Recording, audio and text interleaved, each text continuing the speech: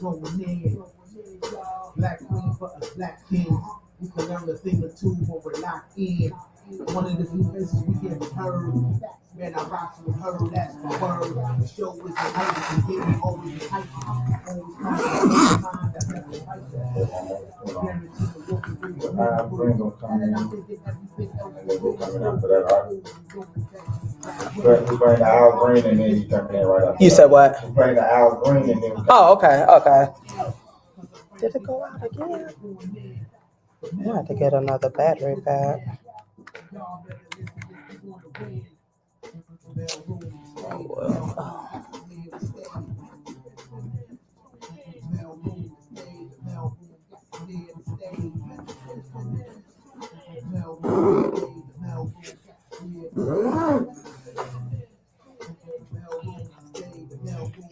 Hey, y'all. Hey.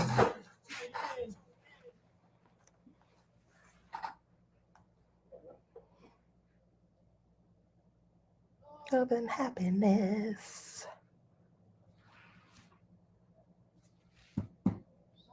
Tell me it went out. Oh, well.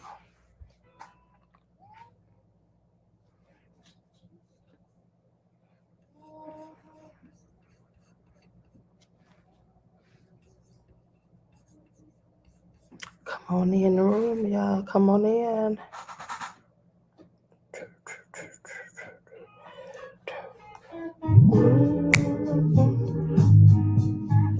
Love and happiness. Something going on. 3 o'clock in the morning. Talking about make it right. Happiness is when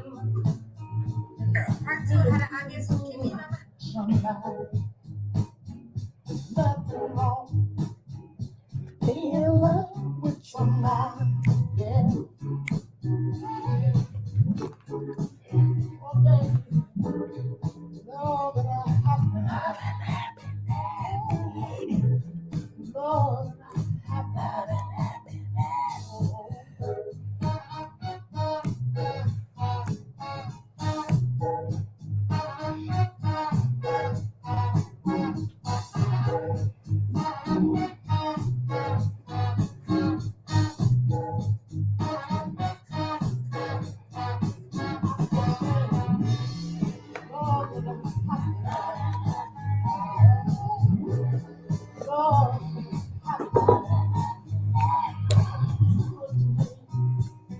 I'll be good to you. We'll be together. See each other. Walk away with me.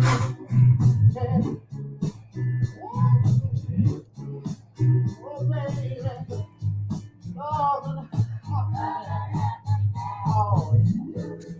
They're at the door. You want to play 2 songs? I should do that by then. Okay.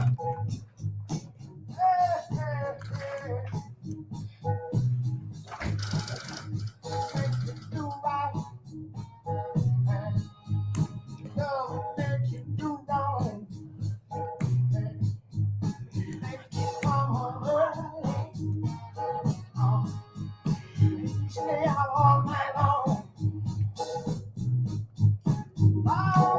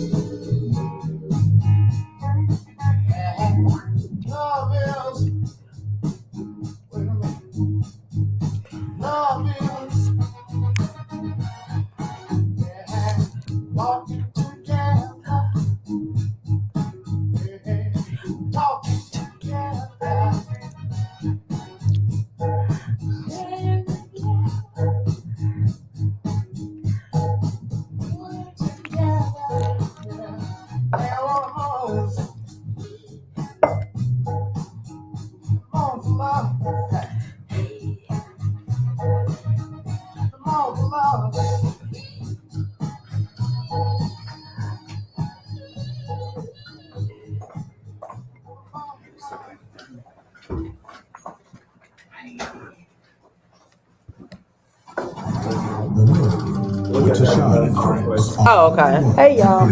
How's it going? All right, let me see it. Oh, y'all thing right quick. Huh? Let me see your thing. What? Say this.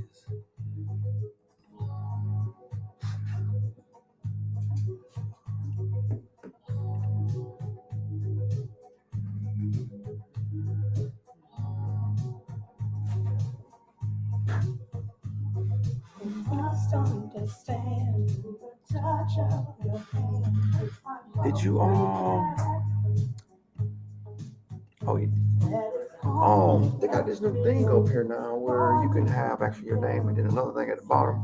Yeah, when you added the layout, when you add the layout or something like that.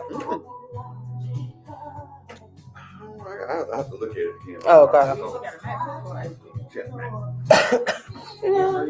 Yes, yes, okay.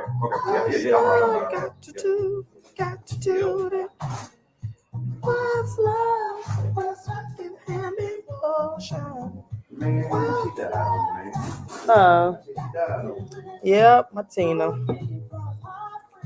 I think I can go get the insurance policy on them ladies.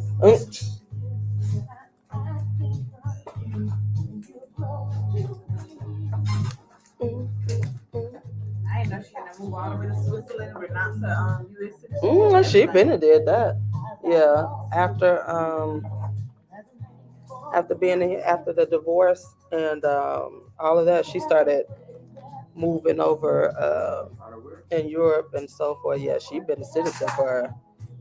She said, "Forget y'all US. I'm good over here." Met my man over there and all. I'm at boss turned over. I feel you. It's the weekend. It's the weekend. Yesterday was a little long too.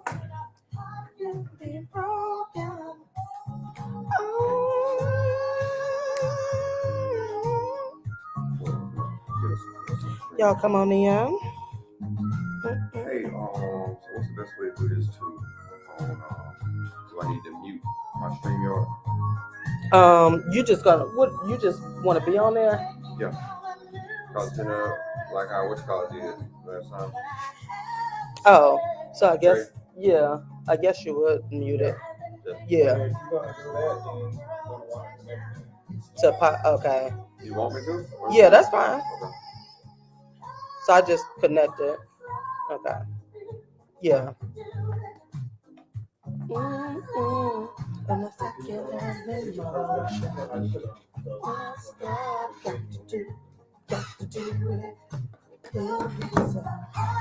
Hello, sir. How are you? I'm sorry, that's Landon. This is the other friend. She didn't say that right. Oh yeah, this the best friend. The best friend. The best friend. The best friend and his wife, Miss Lisa. Which trap are you gonna do? I'm gonna do it. This one. So okay, you want us? I was gonna try and pan it so both of us and. Oh, okay. Yeah. So so she won't have too many on her if she didn't want to do it like that. All right, this song's going on. Okay. What we gonna do? We start. Yeah. I'm gonna just unmute her mic. With TaShon Friends on 101 TKO Radio. Knocking out the And we are live, you guys. Welcome to the mail room. Happy Memorial Day. It is your girl TaShon of the mail room, and we are live in the studios, 101TKORadio.com. Listen, I need y'all to go ahead and download that app right now. Download that app. And then so you can tune in to us. But we are live in the studio. I got my friends in the building. Mr. LaRon, Mr. Takeover. How you doing? You gonna get your best friend. I know. I'm gonna get it right. I'm gonna get my best friend name right.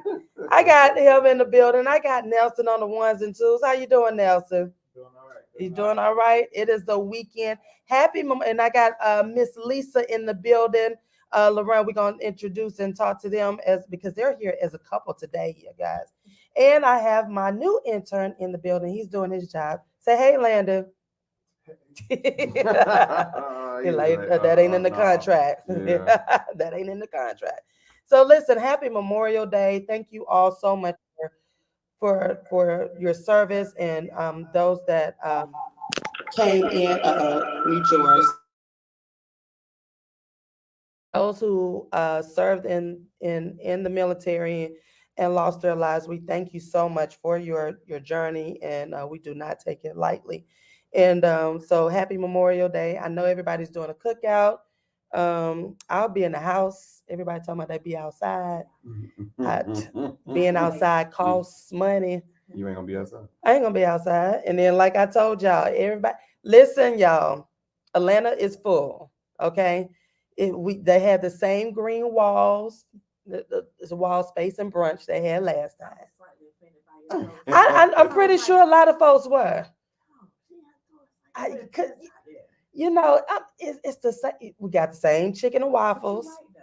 The same. What you say, Nelson? What did you say?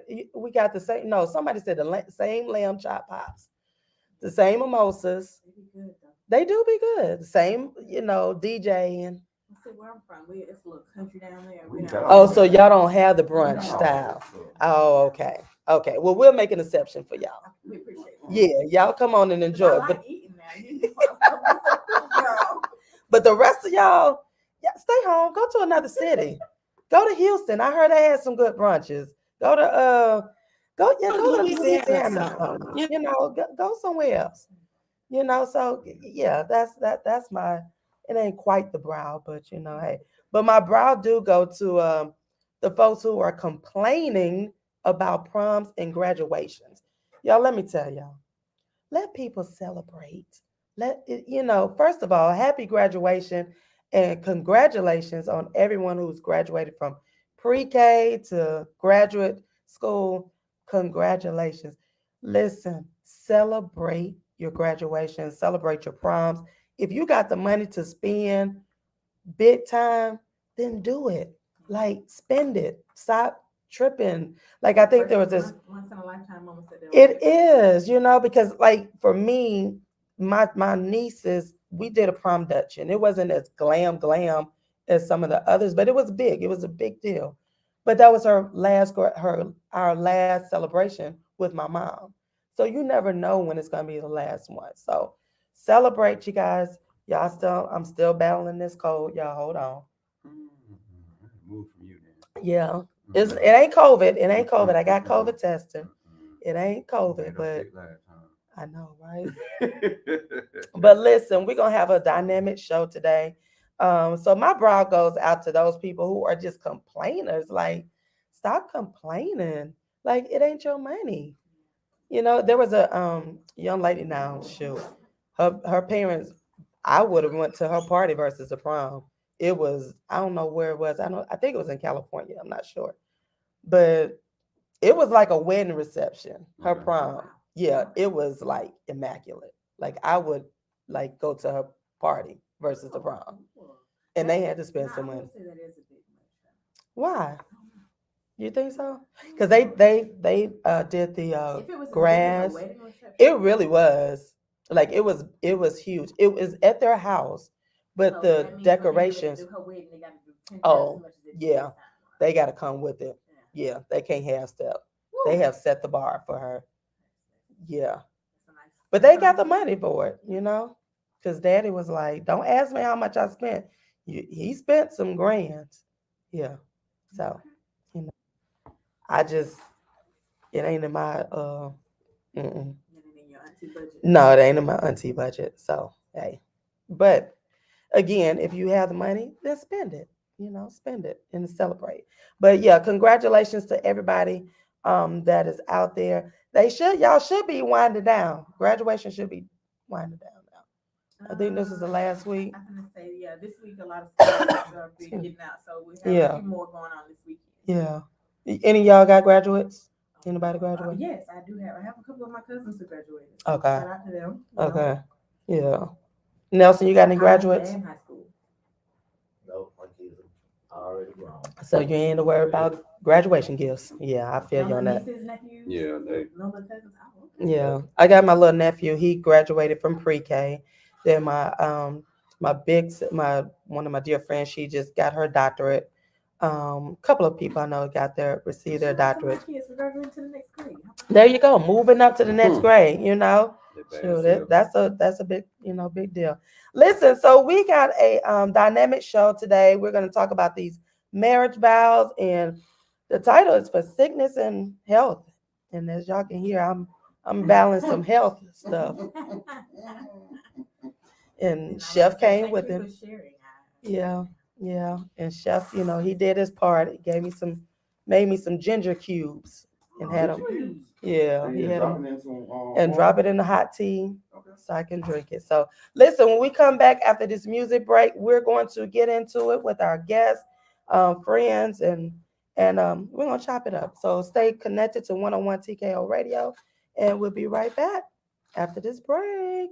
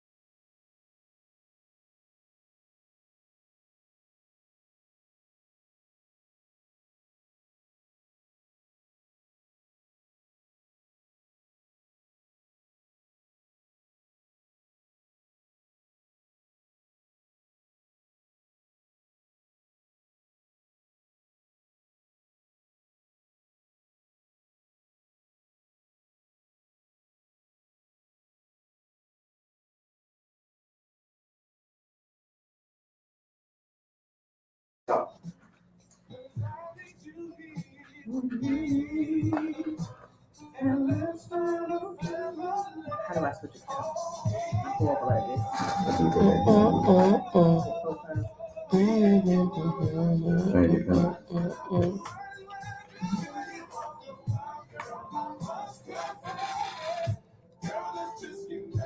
Yeah, nobody would want to marry me, man. They just kept playing. Like, You said nobody. You know nobody what? would want to marry me, man. They just kept playing.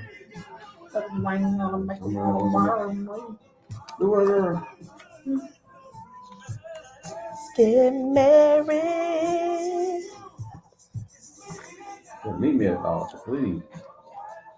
And come on, man, ain't right there, please. You ain't know y'all. You might as well just do it. Let's get married.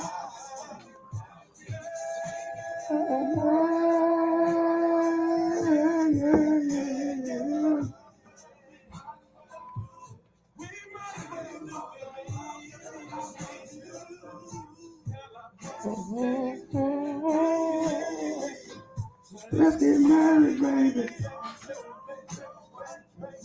Baby. 5, 4, 3, 2, and 1. Let's get married. Boy, that was the song. What year did that song come out in?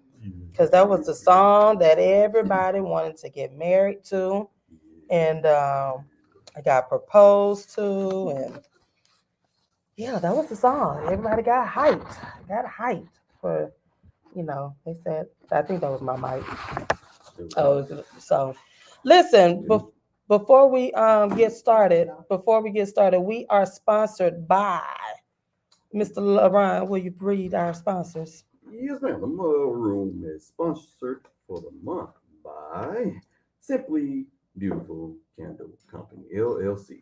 Connect with Simply Beautiful on IG at Simply Beautiful Girls _ and on Facebook at Simply Beautiful Candle Company. Visit www.simplybeautifulcandles.com today. Playbook Investment Group, where there's no play like Playbook. Connect with Playbook Investments today for your investment needs. And if you're ready to make that play, go to at the mailroom 7671 and click on the link in the bio to Playbook Investment Group and our very own TLC Coaching. If you're ready to start building a healthier relationship with yourself, connect with certified relationship coach TaShon. Visit IamTrinetteCollier.com and book your discovery call today. You need that help, so go ahead and get it. All right. Thank you. Thank you, bestie, BFF. Thank you so much for that. It's never a dull day with y'all. Thank y'all so much. Listen, thank you for tuning in. What I need y'all to do for real right now, I need y'all to go ahead and download that app, the 101 TKO radio app, and so that you can listen to us live, and go ahead and tune in right now, because today's topic, we're talking about for better or for worse. It is wedding season, y'all. It is wedding season. Y'all just finished y'all anniversary, right? Yes. April what? April 8th. My anniversary is coming up June 16th. Oh, I got the date right. Yeah. As always, we always get it confused either with the 17th or the 16th. But it is wedding season. And everybody's happy about getting married, and and it is an exciting time. It is very exciting. But we're going to talk about today in sickness and in health. Can you stay married? And people forget about those vows, going to the altar. You go to the altar, you're reading your vows. Now, did y'all create your own vows, or Yes, you did? My husband is very extravagant, so he did. he created his own Yes, vows. I did. I'm a very simple person. I just think Okay. That's why I read mine, and then we did the traditional Uh-huh. vows. Okay. Yeah. So we did ours too. We did our traditional vows, and then we read something. Chef, of course, I had it planned for us to have it on a piece of paper. He read his from the phone. I digress. he had a piece of paper folded in his. I had a piece of paper. Oh, I had a piece of paper folded. I had it written out. I had mine written out on a nice little, piece of paper or whatnot. He was supposed to read his on the piece of paper. He read his on the phone. On the phone? Oh. Okay. And then he was. It's an electronic piece of paper. Yeah, but he was scrolling up, and I was like, so. But listen, the traditional vows. I want y'all to listen to this. The traditional vows say, I, your name, take the other person's name, your spouse's name, to be my wife or husband, to have and to hold, from this day forward, for better, for worse, for richer, for poor, in sickness and in health, to love and to cherish, till death do us part, to death us do part, according to God's holy law. In the presence of God, I make this vow. Now, these vows are not in the Bible, but they are inspired by God. And when you put together godly principles of marriage, love is patient, love is kind, it does not envy, it does not boast, it is not proud, it is not rude, it is not self seeking, it is not easily angered, it keeps no record of wrongs. Love does not delight in evil, but rejoices with the truth. And so the vows are taken from three scriptures: Ephesians, um, Genesis, and Matthew. And they're inspired for people to stay married, right? Okay. But the thing is, people are not really honoring these vows. And what's happening is people are misled by social media, by their friends, by what they think is supposed to happen in marriage. Now, I tell people, I'm a certified relationship coach, and I don't dwell in the marriage and dating sector simply because people don't want to do the steps to get married or to start dating or whatnot. And there is more to just finding a man. I have a lot of friends who say, I want to get married. I want to get married. And the first question I ask them, why? Why do you want to get married? That's a good question. What is it about marriage that attracts you and you want to spend your life with that person? Okay. So listen, when we come back after this music break, we're going to start talking about this question. Why do you want to get married and what are these vows? What do these vows mean? Because today we're talking about in sickness and health. And we're going to share, both LaRon and I, we're going to share some parts of a marriage that y'all going to really rethink. Now, I'm not discouraging marriage, but what I want people to understand, there's more to marriage than walking down the altar. Yes. Okay. So listen, I need y'all to stay connected, stay tuned to 101 TKO Radio. And the mailroom will be right back.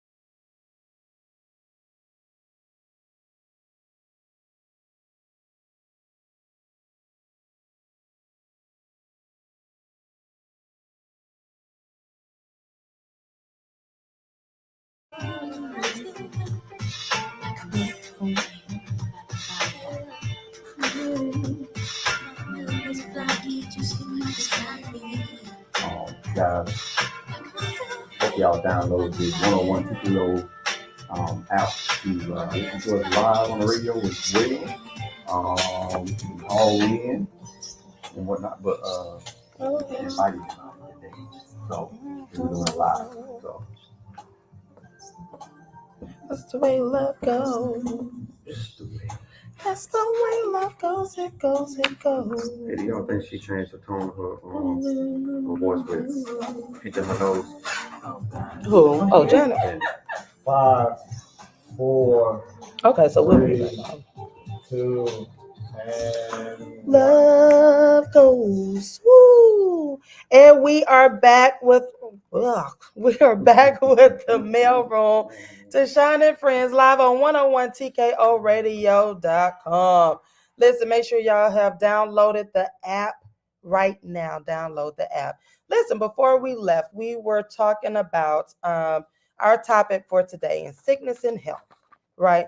So I've been married. This is my second time being married. And so my parents were married for close to 30 years before my dad died. And so both of them had cancer as entrepreneurs. My mom she was 2 times a breast cancer survivor, and my dad had colon cancer. He died from colon cancer. And so they literally were running their business while each other. So my mom got cancer first. So my dad had to take care of her, still run the business and take care of us. Then a couple of years passed, and my dad got colon cancer. So the roles were reversed. So I watched my parents take care of each other, right? And when I say take care, I'm talking about my dad had gotten to the point where he had to wear bottoms, Pampers, okay. and he was on morphine and so forth. So my mom had to clean him and so forth. And same way with my mom. And so, I thought that I could do the same thing because this is just admirable for me. I'm like, they're helping each other. So when I got married the first time, and the first time my ex-husband got sick, he just had a little virus, Okay. stomach virus or whatever. But I just knew that I was the ultimate wife, right? I'm like, I'm doing everything else and so forth. But the first time he got sick, he threw up and it came out of both ends at the house. And it was upstairs. Why do I remember that vividly? Because I remember being downstairs. You And smelled it all? yes, it was, when you have a virus, it throw up and all of that, it lingers, it stinks. And I remember him messing up my bathroom. And all I kept saying was, who was going to clean that up? Like, you didn't boo-boo from both ends of your body. And it was nasty, right? And so I just remember sitting on the couch and I was just like, and he was throwing up and I'm mad. And then I'm thinking, like, who's going to clean this up? He's sick and he cleans up and we married, right? I knew then that I was not ready to be the housewife. I was not ready to be the housewife.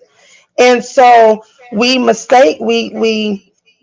find out these things. We don't think about these things until later. And so what happens is is that Siri? That's me. That's you. Yeah. You know what? I'm trying to turn it down. It won't go down. This bestie over here. I'm not besting today, huh? You're not besting today. So what happens is, Like his phone be on the screen. It's like, give me a shit right now. that darn Siri, she's trying to. I didn't get that. Could you try this again?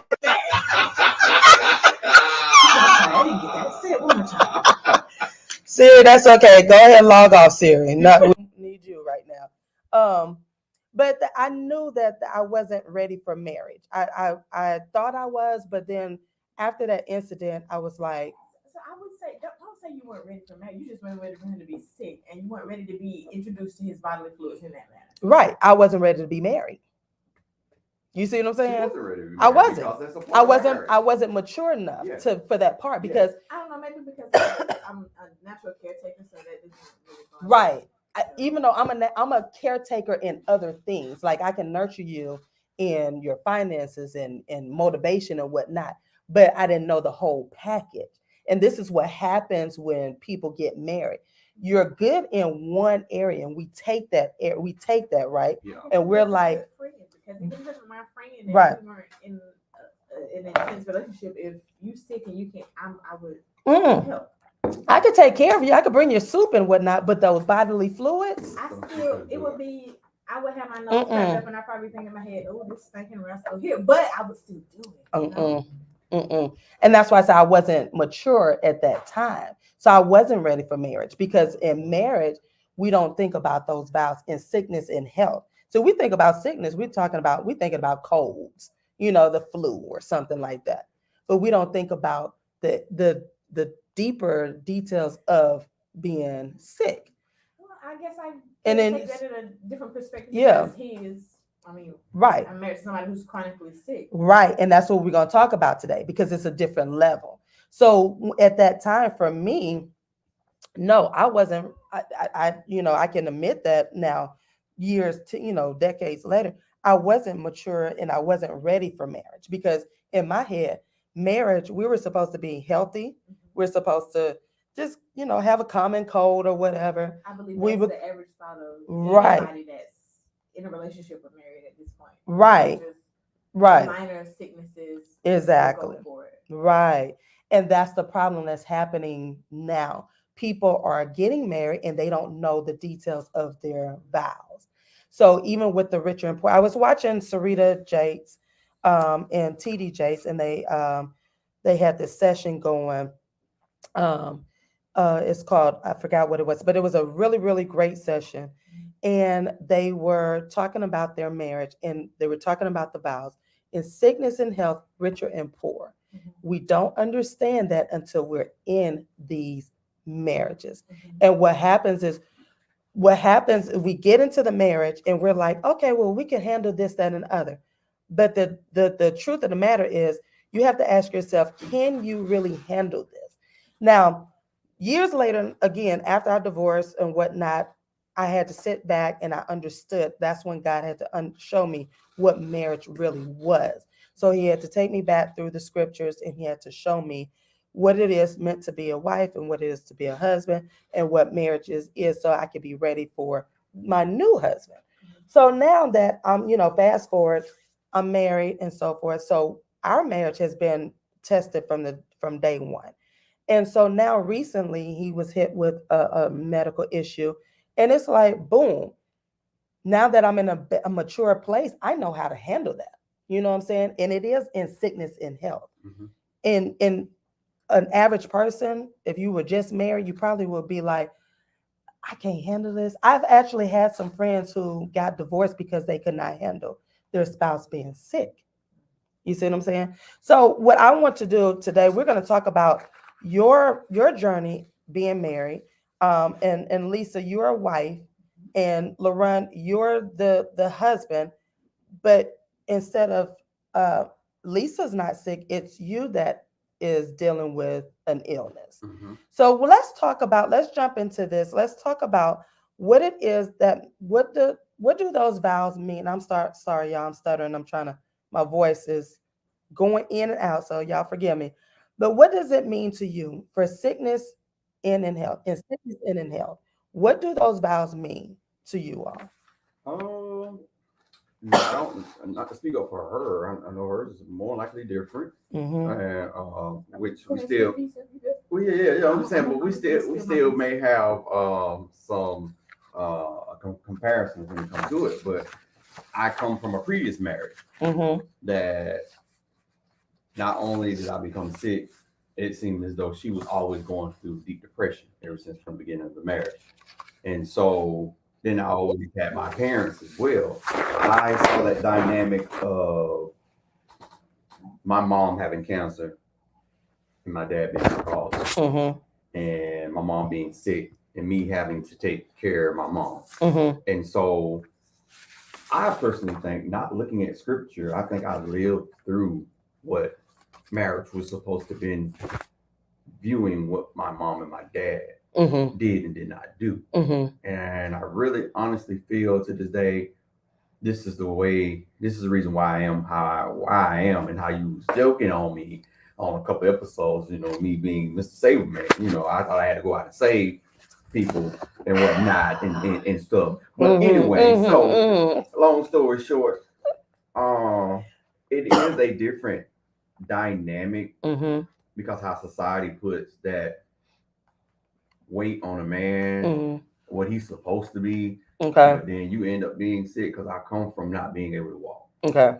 I come from not having money in my bank account and not working, Mm-hmm. to thinking who's going to love me, Right. So. Okay.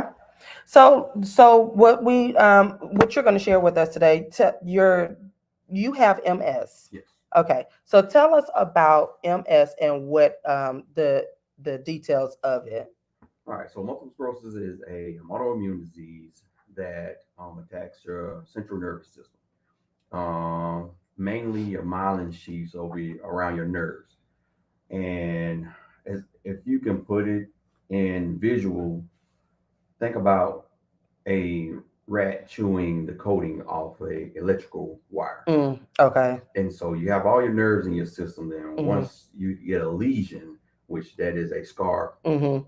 wherever throughout on your nerve system, is because the coating, the myelin sheath off your nerve is exposed. Okay. And so the current is coming through. Mm-hmm. It's not going through. 'Cause Okay. it's not It doesn't coated. have a conductor. Okay. Yeah, the conduct thing. So Blocks it or it jumps over it and makes it overreactive or underreactive. Yeah. Okay. Okay. Wow. So how long have you had MS? They diagnosed me 2011, but Okay. It will be all your life. I started showing signs when I was in middle school. Oh, wow. I Okay. didn't know it. Okay. So listen, we're gonna take a quick music break, and when we come back, we're gonna talk more with Lauren and his wife Lisa about MS and how it has affected him and in their marriage and so forth. Because again, this is part of those vows in sickness and in health. And I'm gonna talk more with his wife Lisa because she is pretty much like a caretaker in this situation. And so again, I want to we're not here to discourage anybody about getting married, but we just want to talk about these vows that sometimes we tend to skip over when we're walking down those aisles. So listen, stay connected. Make sure you have downloaded that app, 101 TKO Radio, and we'll be right back with the mailroom.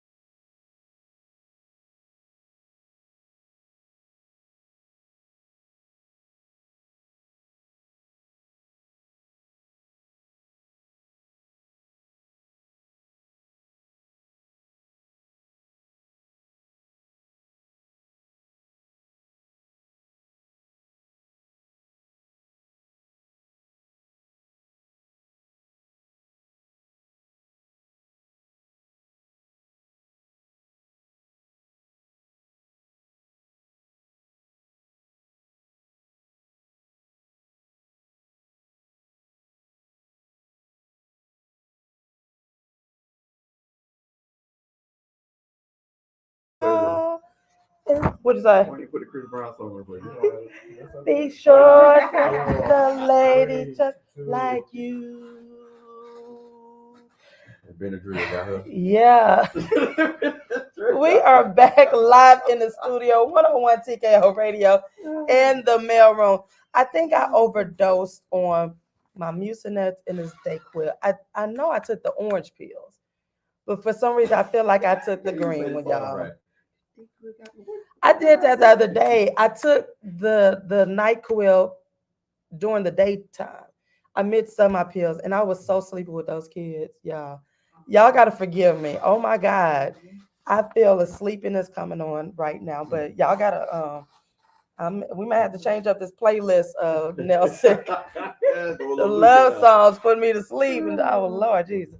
All right, so listen, we are back in the studio. We are talking about these vows, for better or for worse. And again, it's wedding season, and a lot of people are walking down the aisles and they're excited. It's a good thing. It's a great thing. But we don't understand these vows. I feel like a lot of us don't understand these vows. And we were talking with LeBron. He was sharing with us that he has MS, and you've had it since you were pretty much a teen. Yeah. Okay. I started getting. I was playing basketball for school. My Mhm. serious first sign was 17, 18. I was playing basketball for school, Okay. and these four occurrences, I became paralyzed. Mm. And Okay. the only thing that the hospital could tell me, oh, you having serious spasm issues where your muscles is messing with your spine and stuff. And I Right. would be paralyzed for maybe like 2 days Okay. to the most. Wow. So it wasn't anything that then I was having seizures earlier than that. Okay. So, but yeah. Wow. So fast forward, you had these seizures and you're Mhm. going through life Mhm. and so forth. And then you get married to Lisa. Lisa knew that you had MS. Mhm. Did she or did she not? No, I did not know. You did not know. Okay. Okay, so Okay. he's told the story numerous times, and we'll go over kind of quickly. He came. I work in a pharmacy, so Okay. when I first met him, the first thing I see when I meet somebody is the name, the date of birth, what Mm-hmm. they look like in front of me, Uh-huh. and their medication list. And to me, your medication list tells me a lot about who you Right, are and what you right. went through and what you went on with you. And I looked at him and I was like, oh, let's look at him. And I looked at his medication and I was like, damn. But what is wrong with this boy? He got so much stuff going on. He had like I had 32, 20 medicines. 32 Wow. actually, 3 times a day. Wow. And it was like, oh, he would be a cool person. And he was cool to have a conversation with. Yeah. But, we take a lot of medicine. What's going on with you? Yeah. Yeah. You know. And then when he did tell me about it, I was like, oh, okay. I can Okay. understand. Yeah. And again, a lot of the medicines for him are just treatment based on his symptoms. Right. They pick a symptom and they give you a medication based on it. Right. Well, she Right. didn't tell you that she started researching MS too, though. I did. Well, yeah. I mean, if but- you're but- thinking, and because I'm working in pharmacy now, I right. can see that there are other people that have this. And that, oh, okay. So Yeah. now that's why they're taking this medicine. She But- was researching for me. Oh my God. oh, see, you know what? You know what? I'm a woman who's always wanted to be in the medical field, so I kind of knew what it was. I didn't know the great details on it. Okay. And from there, we started dating. Mm-hmm. I did have a couple people question, are you okay with dating someone who has a chronic illness, Mhm. who has the capacity to be handicapped or Mhm. disabled? Mm-hmm. And my thing was, sure, why not? Okay. Because they're human too. Right. Right. And then at the end of the day, I can get in a car accident tomorrow, and I can be the one that's crippled. Right. So you went in knowing that this was going to be your life. Yeah. Okay. And how did that make you? I mean, so you already had a positive attitude about it. You were ready for this journey. I ain't gonna say No. that. Okay. I ain't gonna say that. Okay. You're never ready. Right. You're never ready. Right. Right. You're never ready. You're never ready Because for could it. be anything. Right. Especially with this. Yeah. This is so unexpected. Okay. When it want to come. Mhm. So again, I take the perspective of it could be as simple as I'm healthy, I'm well, I'm Right. fine. Right. But I Right. could trip and fall the wrong way and it give me a concussion and I Right. can now have something that debilitates me, and I am confident in knowing that my partner cares enough for me. Right. Right. Hold it down. So when y'all were dating, so when y'all were dating, did y'all talk about this? Did y'all talk about the MS and what it could do and the longevity of it and all that? I Okay. did ask a lot of questions. Okay. And then he kind of divulged his history. You know, Yeah.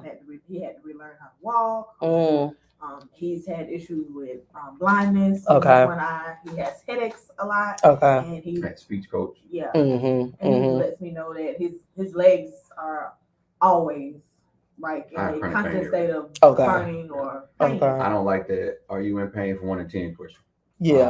I'm literally, for a normal person, I'm probably an 8. Okay. every day. Right. But for me, it's probably a 3, 4 because I go through it all day long. Okay. Okay. And most people be like, oh, I would look at him and there's nothing wrong with him. But Yeah. I've seen people that look like ain't nothing wrong with them, and when you sit down and look at their medical chart or have a conversation with them, you're like, oh wow. Right. It took me a minute That's to get tough. past that too. When somebody said, "Oh, well, you look good. You look like you're sick." Yeah. I used to get offended. Okay. But now it's more or less. I take it as a compliment. Yeah. Yeah.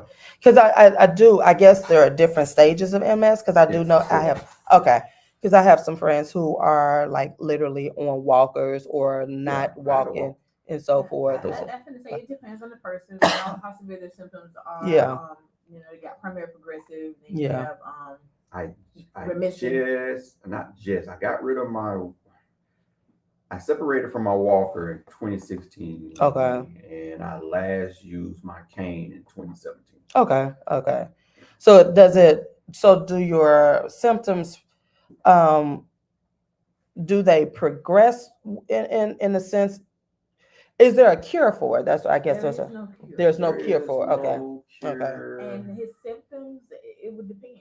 Okay. If he gets hit with something like severe muscle spasms, they can last for days Mm-hmm. and go away, or they could I can catch a cold. happen and and stay there. I can catch a cold and have my MS. Right. Crazy. Okay. That's Wow. It just all depends.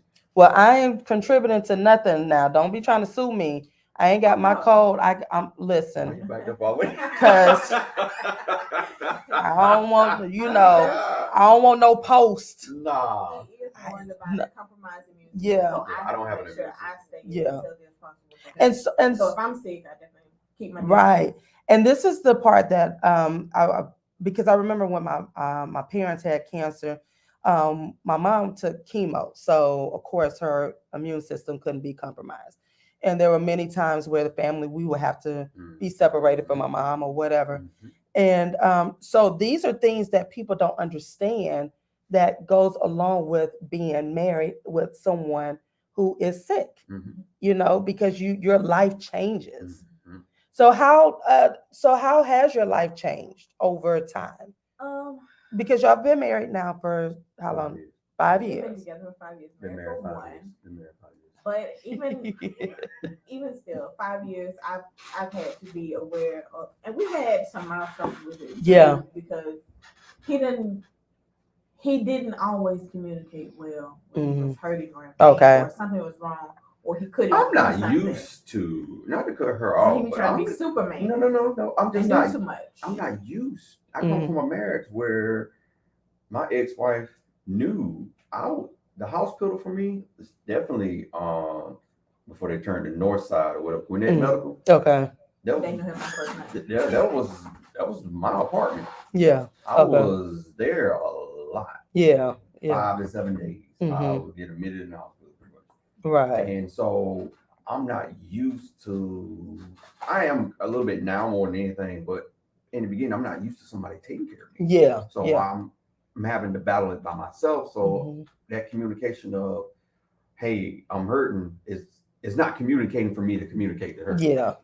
And that was 8 years of that. So that's something I'm going through that unlearning process. Okay.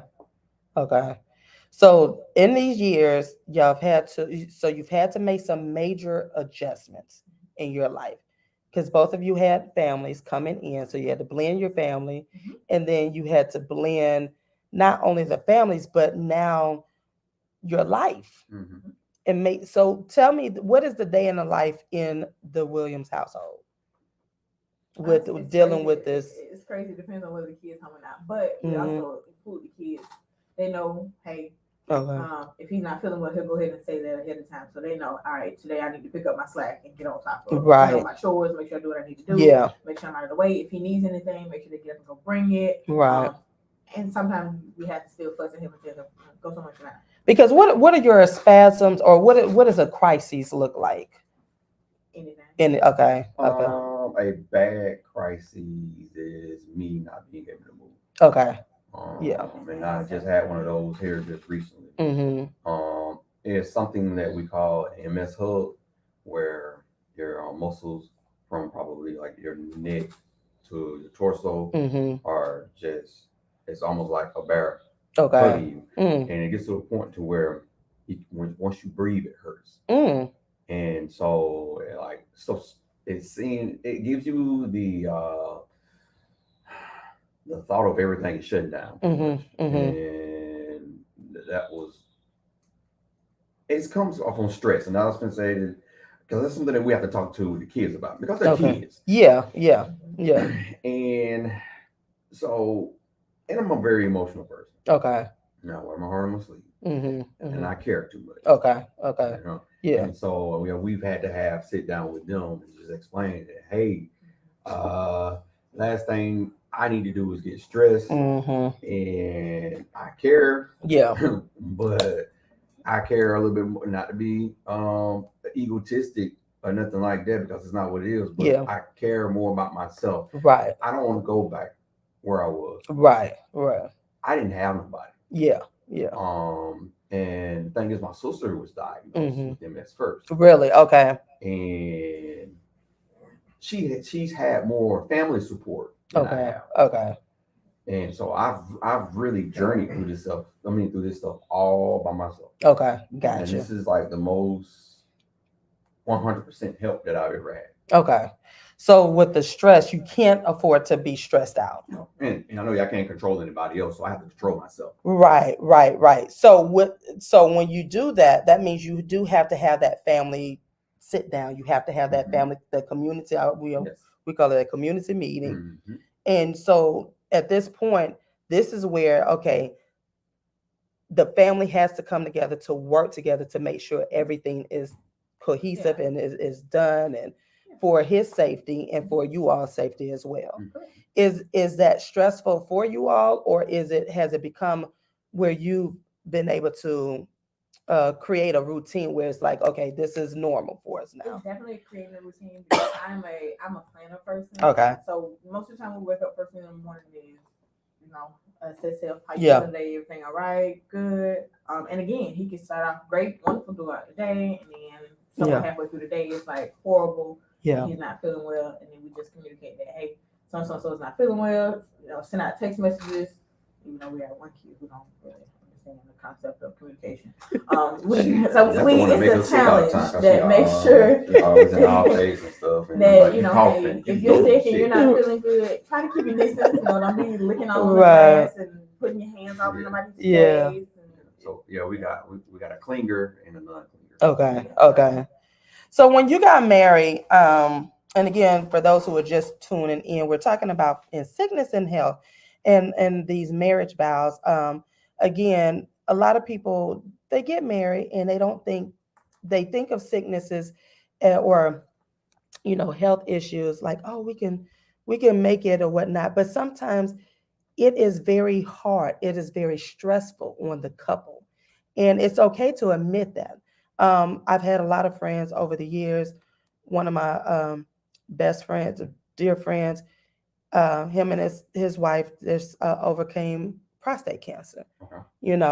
Again, my parents, both cancers. I've had friends who've dealt with losing children, to death. Even with me and Chef, from the death to his illnesses or whatnot, even to my sickness. The thing is with partnerships, when you create these vows, when you're looking at that person and you're saying, I'm going to stay with you no matter what. Explain that to people who don't understand. What does that look like? I'm going to stick with you. I know that you have this illness. I know that it's going to change my life. It's going to change my family's life. What does that look like? The first issue that people are having with, especially being married, is marriage is not love and being comfortable. A great marriage is not comfortable. Right. You have great moments. Yeah. But it is not comfortable. Yeah. I was just talking to her earlier this morning that I can tell sometimes when she don't like me. Yeah. Yeah. And she had a little look on her face, right? Right. And a lot of folks think relationships and commitment and marriage is they only look at, I'm supposed to be in love. But love is all those components. Yeah. You can't have one without the other. Right. You can't go through one without the other. Right. So that's what's going on. People are thinking that we're gonna get in and everything should be happy go lucky. And once one thing hits the fan, it's like, oh, I wasn't ready for this, and I don't think I can do this. So I'm just going. Or they may see another marriage which is going. It's good, but right now they're seeing the bad side of it, and it's just automatic. Oh, I'm never getting married. Yeah, I remember when my mom died, when we got married. I told Chef, I said, you can leave if you want to. I say, go ahead and leave. I give you that permission to go ahead and leave. And he was like, what do you mean? I said, no, because I don't know how to be a wife to you right now.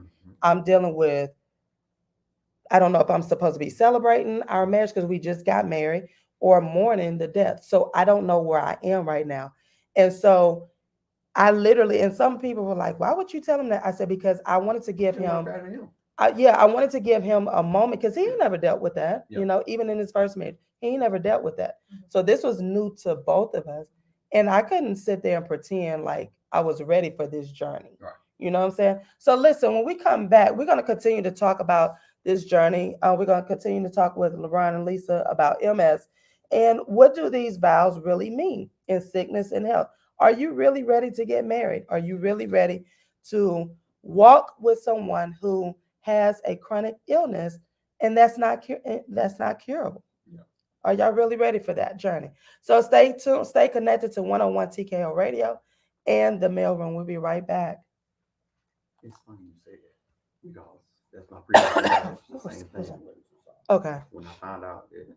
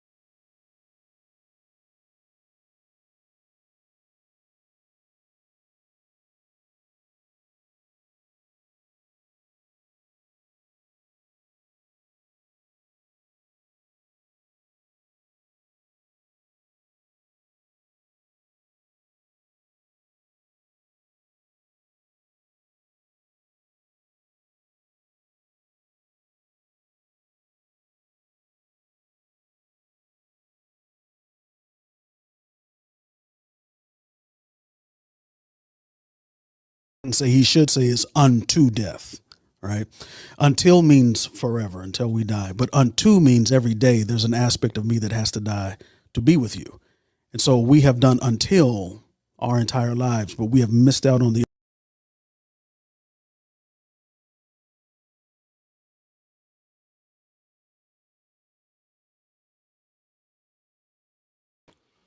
if that makes sense.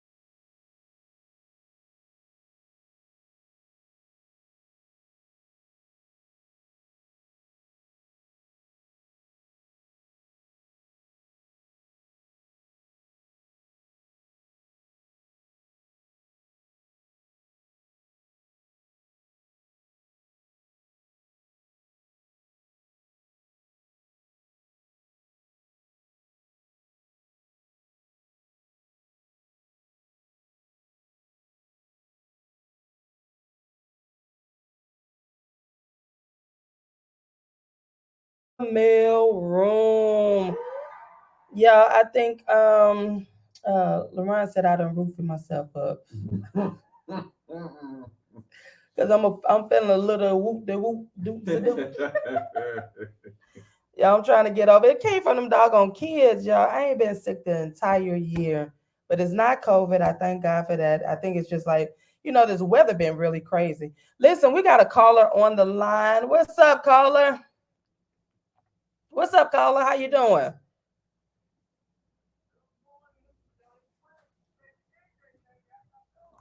Hold on, caller. Okay, can you hear us? Yeah. What's going on? Yeah. Yes, sir. What's up? What's up? How you do?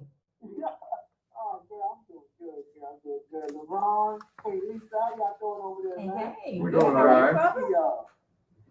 What you got for us? I just want to say y'all my second favorite couple. Of course, my first favorite is Chef and TaShon. Oh, man. I thought we were the first. Y'all are one of the perfect, one of the best examples of union. You know what I mean? Yeah. Y'all are prime example of that. And like, people even need to see that. People really need to understand. See, marriage, let me tell you something about marriage, right? Marriage, if you're not with that for better or worse, if that ain't your thing, leave marriage alone. Yeah. Leave it You alone. just need to stop dating, period. People are dying. Yeah. You're not gonna play with people. Yeah. You're not gonna just leave me after me giving you everything, and then be okay with that. People are snapping and killing their spouses for that. You stop, leave marriage alone. You're not playing with this. Yeah. And they have quite a few could stories. potentially die. Exactly. Yeah. You could potentially die playing with this thing. Yeah. So, and the problem today is, like, you know, is that wedding is a spiritual ceremony. Yeah. So you agree that, okay, you're telling God these vows. You're saying, hey, listen, you provide this for me, and I want to take care of this, what you give me. Yeah. Like to best do what's part. Mm-hmm. I promise you that. Listen, it ain't even to your spouse. Listen to the Creator. You promise the Creator, I'm going to do this. Yeah. You. Yeah. And you break that, you won't pay for that. Yeah. Yeah. You're going to spank you for that. Right. Right. So people are now putting their quote unquote happiness. Correct me if I'm wrong. Is happy or happiness in the vow anyway? No, it's not. It's not in there. Yeah.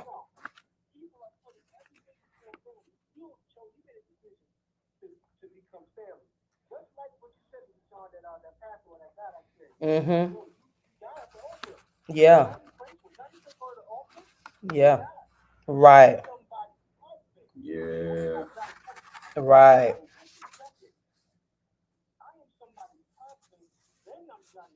Yeah.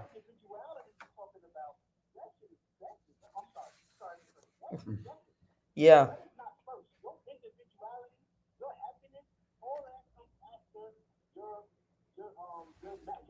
Mm-hmm. Mm-hmm. Yeah. Right. Right. A Right. lot of people are selfish and not selfless.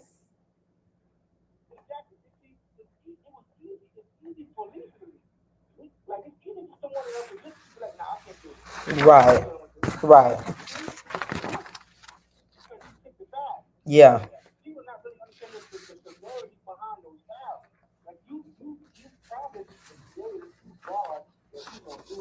Yeah. Right. Yeah. Yeah. Right. What I think that's Johnny. Yeah, that's that one is of the true. reasons why a lot of marriages are not happening, because people, I think they understand that more than anything now, and so the fact that I don't want to do that and I don't want to confine myself into that, I would just rather, and because everybody is giving up their parts easily now more than anything, so I don't have to commit myself in Mhm. that sense, you know. But still, even if you're in a committed relationship, don't negate the fact that you have to take care of your partner or spouses or whomever you care for their feelings. Like a lot of people be like, oh well, we ain't married, so I ain't gotta do that. But like if you laying in my bed and you eat my food, we married.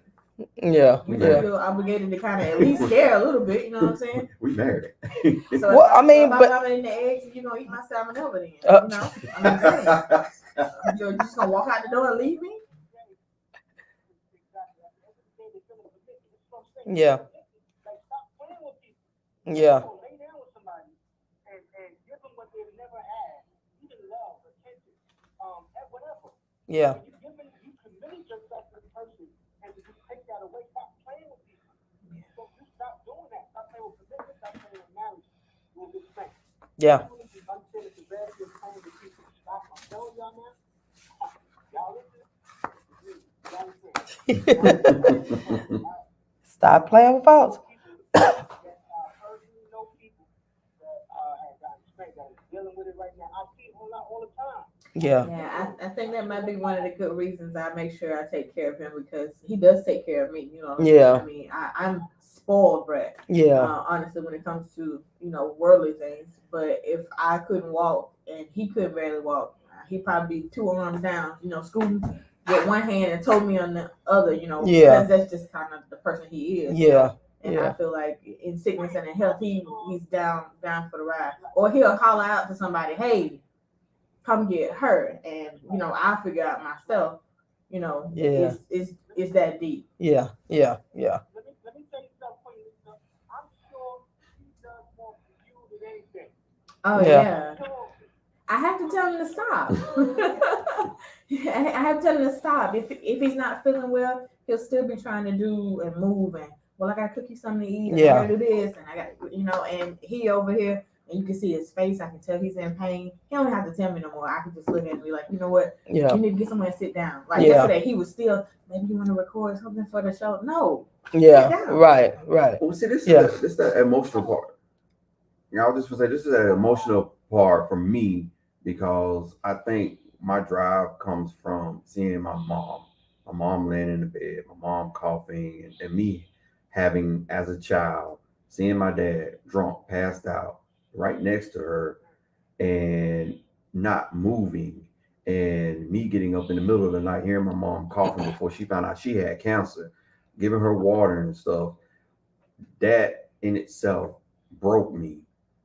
And so me as an adult and me having a partner, I can't see myself, regardless on what last leg I am on.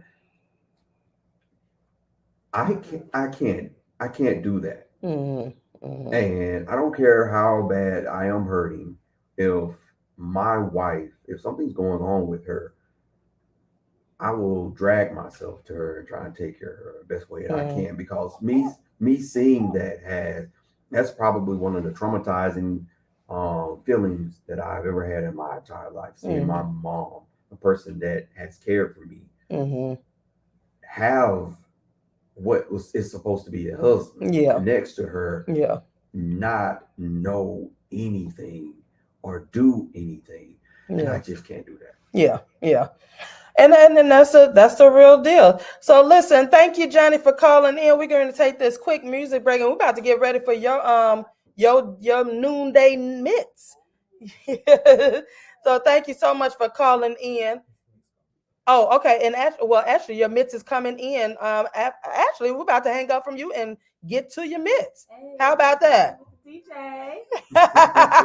So thank you so much, Johnny, for calling in. Y'all, listen, stay tuned, stay connected right here on 101 TKO Radio in the mailroom, and get ready for DJ Johnny Prince's Noonday Mitts. Y'all don't want to miss this. And then after that, we're going to continue this discussion on sickness and in health, y'all. Y'all are missing out on this culture conversation. We'll be right back.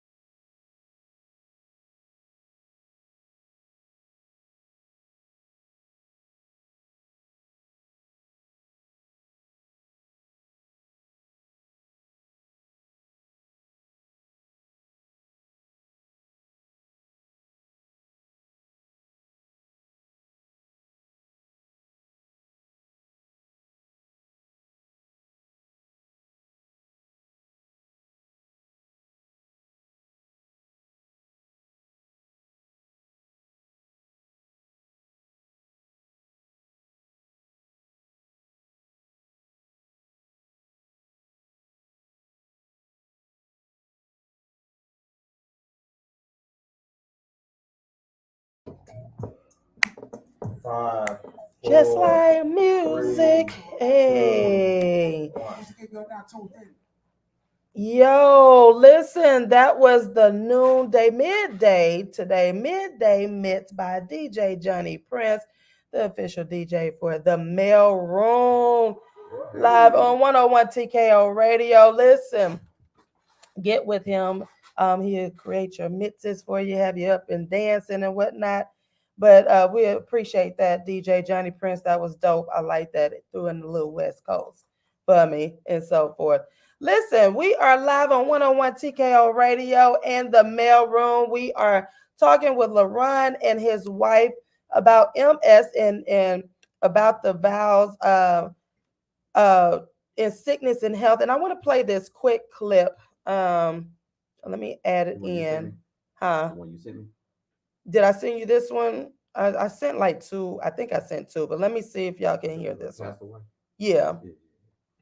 I like hold on, no, that's got to just sit there. We're gonna let that just marinate right there. Oh, Jesus. David, if that makes sense. Oh, yeah, it makes sense. Oh, it makes sense. We just go, okay. Unto death. Let me restart it. It's unto death, right? Until means forever, until we die. But unto means every day there's an aspect of me that has to die to be with you. And so we have done until our entire lives, but we have missed out on the unto. Hold on. No, that's got to just sit there. We're gonna let that just marinate right there. Oh, Jesus. David, if that makes sense. Oh, yeah, it makes sense. Oh, it makes sense. We just go, okay. Unto death. Yeah. Man, I had my buddy Pastor Tim Ross on here, and it says Genius. At the altar. Yes, he Genius. says death happens at the altar. It happens. He says, so when you think about marriage and you're saying these beautiful I do's, and he said you can dress up an altar any way you want to. You can put beautiful flowers at in the front of it. You can have the flower girl walk down, but it's still an altar, and at the altar is always death. It's always death. When I stand at the altar, we're going to stand together I'm going to stand there as Dave. Yep. My wife stood there as Tanisha. Mm-hmm. The Bible says the two become one. So I left as us. Yes. Right? So I had to, Dave, he's no more. He had to lay at the altar. And I think sometimes we still want to leave with life and we can't. You got to leave with death. 19 years of marriage. So that discussion was on my Future Wifey podcast. And it's really good. And when you think about when he said that, I was like, wow, that's profound when we think about those vows. And we're talking with LaRon and Lisa about being in a marriage with someone who has a chronic illness. And you're thinking about, okay, this is marriage. Now, of course, things change. You get married and you don't think about You never want to think about the tragic part of marriage. I've had a lot of friends who became widows. You don't think about stuff like that. And that's why it's very important to cherish those moments every chance that you get. But you don't think about the sickness. I know my parents didn't think about each other getting cancer. Right. You prepare, but you don't prepare for that. And so with me and Chef, we have these preparation talks, and it's not easy. I'm gonna tell you right now, it's not easy, but you have to have these type of talks with funerals. You have to put everything in place. You have to talk about, listen, I know you have family there, you have some family here. Where do you want to be buried? Things of that nature. And those are talks that a lot of us in marriages, or a lot of people, they get married and they tend to look over. How are those talks with you guys? We talk about that all the time. She don't want to honor what I want to do. Yeah, that is the hardest thing. I ain't got what Chef said. He honoring whatever I said, because I made mine real simple. He want to make sure he get all that money. That's what it is. My husband is asking for the most ridiculous thing ever, and who is going to do this? TaShon, really? What you got her doing? And even if he put it on paper, I'm gonna tell him no. You got to honor it. No, they're gonna have to take me out. You got to honor it. I told her You're gonna have to honor it. I told her just stuff me and put me in a glass basket and have me standing in the house in the hallway. So I can help. I want to continue to protect the house. Turn off his mic. I just did not What? just tell you I'm not doing that. You want to what? He wants to be taxidermied Yeah, or stuffed and memorialized. Yeah, I mean, And he wants to keep him in the house. Oh, where's the Nelson? Where's the? Oh, yeah.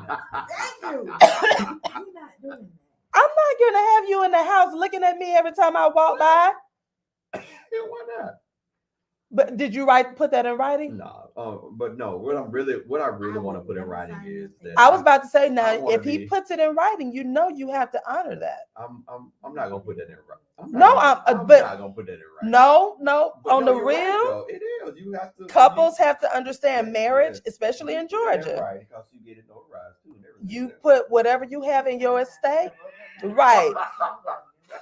No. I really put more than anything. Did you just say you want to be Yeah. standing? So you want to be standing in the hallway every time she passed, Yeah. and so that she get to cry every time. Maybe I can still slap that butt. Now, if you slap her butt and you dead, Oh my God. oh, we moving out the house and everything staying in the house. What? I got a couple ideas in mind of how to get rid of it. You'll be all right. You might just have to hunt me and say it loud, but yeah. But no, on a serious note, I don't want to be in a casket. Okay. So we talk about that a lot. Just very bad. Because I want to go back. I want to go back to source. Because I don't think people understand that. He wants to truly actually this. Yeah. Okay, I'm so gonna keep it simple. Just cremate me and just throw me in a river somewhere. And I'll be fine. so with these requests, have y'all written them down and made a plan? We have to. We definitely have to. Because what's gonna happen? One of us gonna die. And Them things ain't gonna actually, be in there. we should actually have a living will. Yes. You really do, and this is something that marriages people don't understand it. Yeah. Now, legally, Yeah. we just really are only a year into marriage, so prior to that, we really couldn't put like all of that into paper.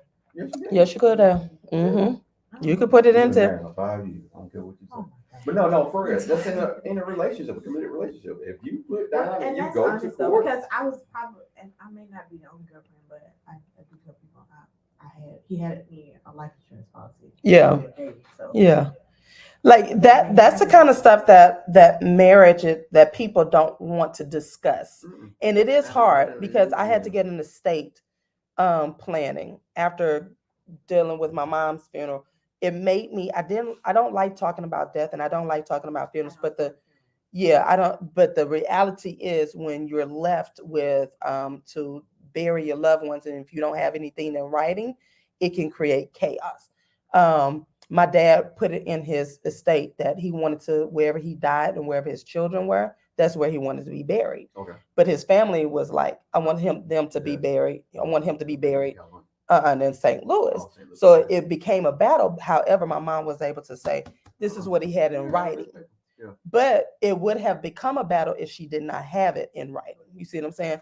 So again, a lot of stuff that I found out when I did my estate as being a wife, that I have to, because I have siblings, he has siblings, I have to make it known. You have to have it specific, plain, and Like, simple. plain, like that person, you have to delegate the next person. I have to make it plain. Even my sister, she's like, I'm gonna give you I said, listen, I have it in my plan. I don't want y'all to spend money on this funeral. I want you to, I have my plans, what I want y'all to do. She like, I'm gonna give it. I said, well, you can't go against Chef. So we actually got to an argument because she thought I was playing. I was like, I'm your sister. I'm like, yeah, that's gonna be the problem. I said, you're my sister, but he's my husband. And what I have in plans, I know what you want. I know you want to give me a party, this and another. I'm gonna allow you to do that. However, you got to honor this, So what I'm saying all that to say, when you get married, there is more to marriage, and it's more even in the sickness and health.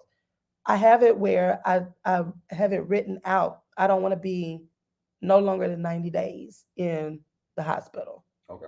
And that is something hard to swallow, because you're like, okay, I want to leave my loved one on And so December, The- we had an aunt who decided that she wanted the DNR, and family was not happy with that at all. Mm-hmm.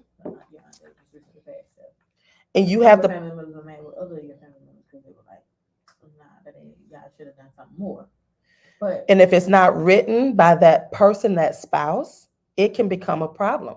So in my estate, I have it, you got to resuscitate me, keep me on life support for at least 90 days, up to I think 120 or something like that. Mhm. But I don't want you to prolong the life and whatever, because you have to make it real plain. Because if not, he can pull the plug, or it could be a battle between him and my family or whatnot. You see what I'm saying? Yeah, that's why I was just saying that. Yeah, we gonna have to do that, 'cause I I can ain't say gonna we fight discuss all of them. those. Yeah. I ain't gonna fight them.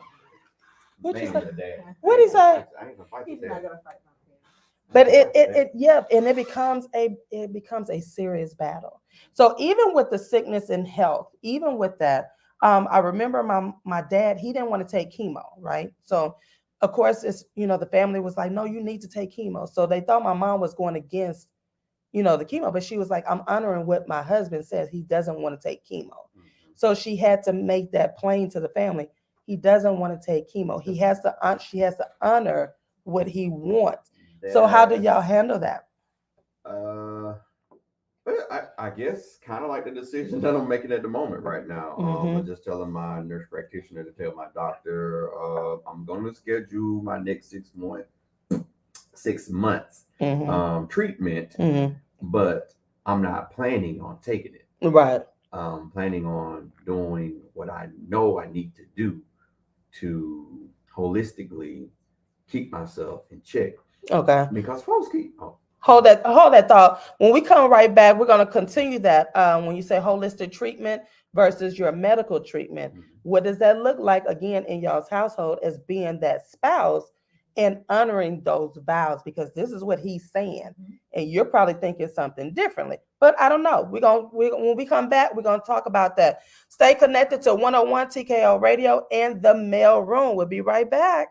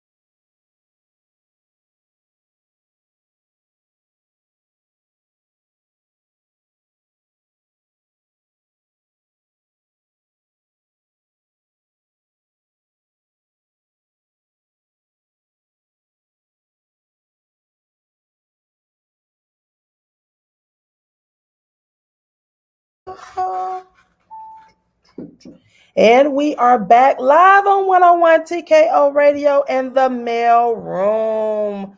We are having this culture conversation about for better or for worse sickness and in health. And we're talking with special guests and friends, LaRon and Lisa Williams. As you know, they're a couple that LaRon has MS, and so their life looks a little bit different. They're actually living their vows. Lisa is his wife, and in a sense, she sometimes has to be his caretaker. And so the question, pretty much today is: can you stay married in a situation where there is a chronic illness? Now, it's easy for most of us to say, "Oh yeah, because I love that person," and yeah, I can do it. But you have to really ask yourself, and you really have to have that down home, that when I say you have to be so transparent with yourself and so honest, like there's no right or wrong answer. And I say that because a lot of times we want to do the right thing, and seems to be the right thing to stay with the person and to say, yeah, I can do that. However, when you take on those vows, as Johnny was saying earlier, it is a commitment. And when you're saying before God and your friends and your family that I'm going to stick this out, I'm going to do my very best. Now, God didn't ask you to be perfect. He asked you to do your best when you're honoring these vows. And in sickness and in health is a lot. It is a lot. It's a lot. And I do have to wake up every morning and say to myself, is this what I really want to do? Not even. I mean, it's just being real. I mean, how dare you say that to this man that you love, that has stood by you? How dare you? You're a bad wife. Love got to do with it. You know, at the end of the day, I don't love cleaning up poop or vomit. Right. That's what Right. Right. You do. It's the same as like taking care of, kids. Mm-hmm. You know, and if I have to permanently take care of him and wipe his butt like a little baby for the rest of his life, I'll do that. Right. I might some days, I'm just kind of wiping up your poop. I'm just laying the tub like, and just spray off. It is a lot. You have to really ask yourself those questions. You know, when Chef got sick, you know, he was feeling bad, and I was feeling bad for him. And I had to rely on God's strength during this trial. And I remember him saying, he was like, "You don't look at me the same." He said that? Yeah. And I looked at him, I said, "Negro, I see you the same. Negro, go on and go.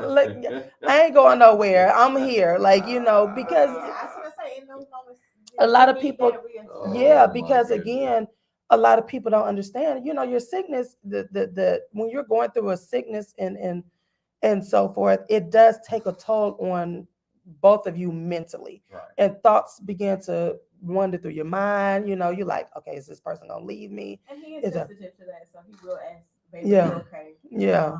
Or he'll be like, "Hey, I can kind of get it myself," and I'll be like, "No, it's cool." Yeah, yeah. And you have to have that talk. You have to get to the point in your relationship, you know, like, listen, we're going through this little rough patch. It's okay. We're going through this little moment. It's okay, but I got you and you got me. It teaches me to be insensitive too. Yeah. I can be bluntly honest and just be like, Okay. do that. Okay. And he kind of knows that, yeah, that's just something she just ain't gonna do. Yeah. But he will ask anyway. Yeah. And most of the time I'll be like, yeah. Yeah. Like this one thing. It'll be like reluctantly, yeah. Don't start, and then it won't be like this one thing that I can't wait for the next episode. You gotta say that for next week. You gotta say that for next week. But she was not. I'm having so much pain in my feet. You know what? Not soothe me. She's not gonna sue you. Man. Say. I keep trying. God is trying to get you past this, and that's why my feet. Listen. God is trying to get you past this. Johnny says, "Love is an action word. You have to choose love daily. Marriage is a verb, but husband and wife is an action. You have to choose husband and wife daily. The moment you stop choosing, you'll die, period. He also said not so much in a physical sense, but mentally and spiritually. And you do, you have to, We die not physically. you die from yourself daily. Yeah. Selfly. Yeah. You do. You have to, you become that one. You become that one in unity.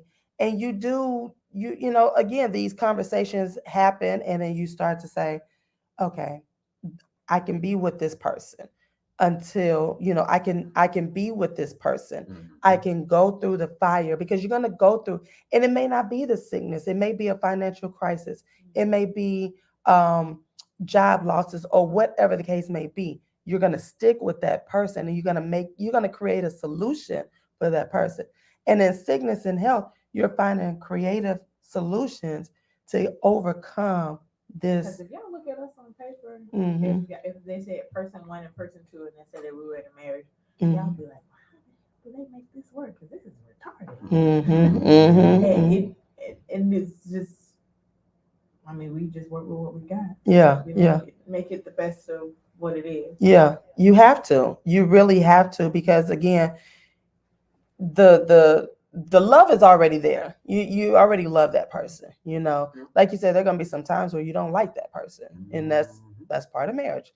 There's a lot of times me and Chef don't like each other, but we love it. I said Yeah. it a lot to him that the Bible didn't say nothing about me liking you. Yeah. It just said I had to love you. I Right. can love you, but that don't mean I gotta like you or what you're doing. Right. Yeah. You know, I can reject that all Right. day long. Yeah. But as a person or as a whole, you know, I still care on the outside, but what I'm not gonna do is Right. we ain't gonna deal with this nonsense. Right. We ain't gonna entertain this. We ain't gonna entertain, you know, yeah. Yeah. So, but if you're Okay. genuinely hurt and you're not feeling well, I may not like cleaning up behind you. I may not like that I gotta, you know, pick you up and put you on my back and tote you for a little while. I might be a little out of breath, but I can say I think one of the things that Yeah. probably surprised her about me before we got married, because she's a trooper herself. Mhm. She really don't tell when she's hurting extremely bad. Okay. So we're both two peas in a pod. Mhm. But when I think COVID did it for us. He said, if you phony with me, move around. I know, right? And that's what, and you do. You have to be, you cannot be phony with your partner. You have to have those conversations. You have to have those real conversations. And I think I know what moment he's gonna refer to. Yeah, because of COVID.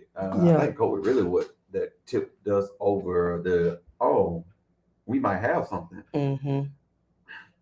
Because I wasn't gonna leave her. You know, she already had to send her kids to the dad. Mm-hmm. And how long did you have COVID?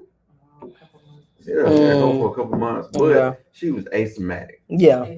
Asymptomatic. I didn't feel bad. Yeah. I just was a little weaker than normal. Yeah. I was forgetting things. I did have like.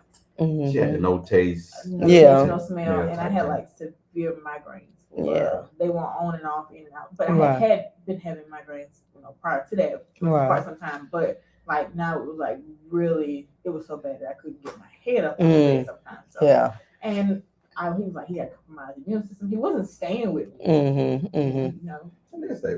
Well, you weren't living. We weren't living. Yeah, we weren't living right, together, but right. So he had the opportunity to go back home to his mom's house. But Right. I couldn't. It was in his best interest to probably not be around me at all. Yeah. But I couldn't take that to my mom because my mom was. We couldn't decipher when I picked up COVID and whether or not he had it. Right. I was so mad the whole time because I had COVID for months. He tested every time it was negative. Uh-huh. And so even our doctor, Okay.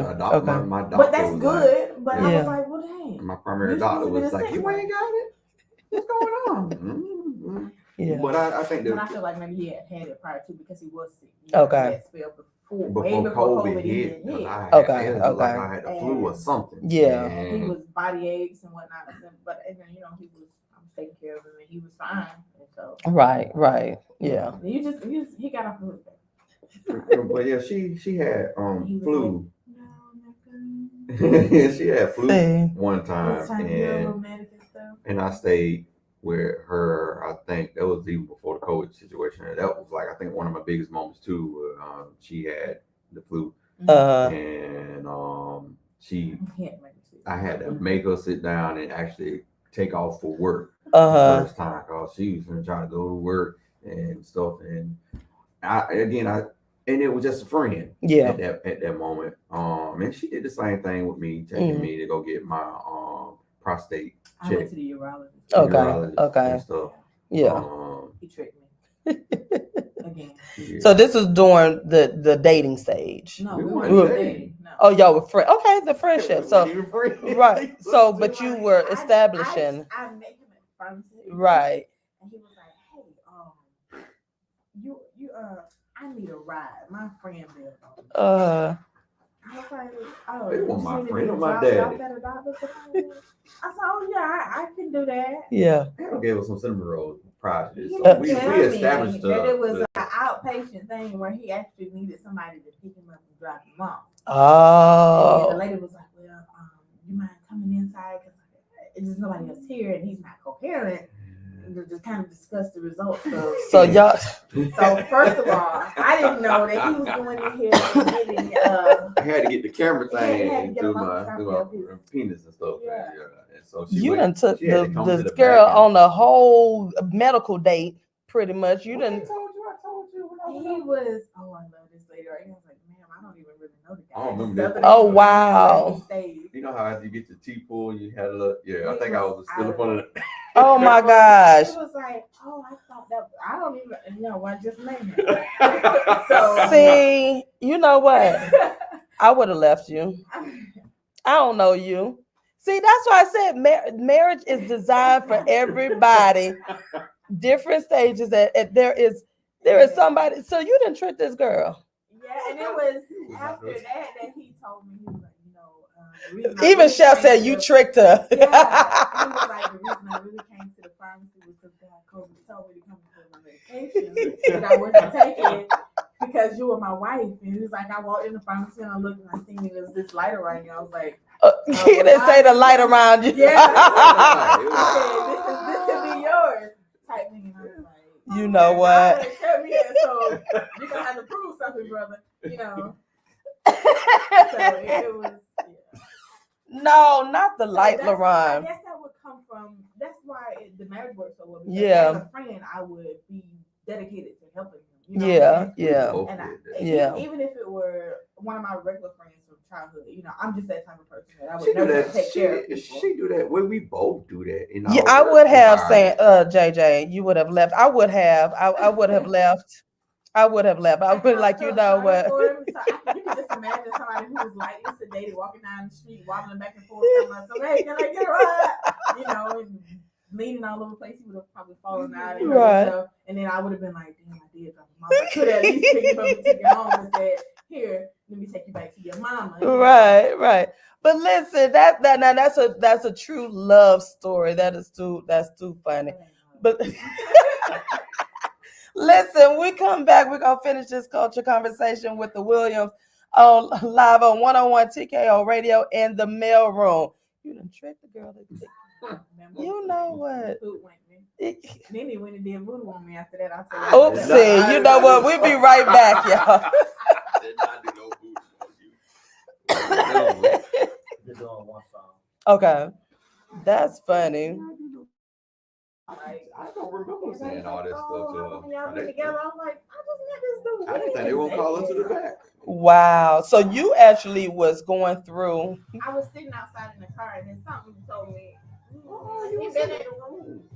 They came and got me. I was outside in the car. So you didn't even have permission or anything. I went to my car. Oh, you went to the car. Yes. And I sat there for a little while. Then I Very went inside. good. And I went to the desk and I was going to ask her. I said, hey, it's the guy I just dropped off and gave me your name. I said, how long before he's out? And she's like, oh, they actually just brought him out. He's going to be, and you were laying on one side of the table. You were fresh out of sedation.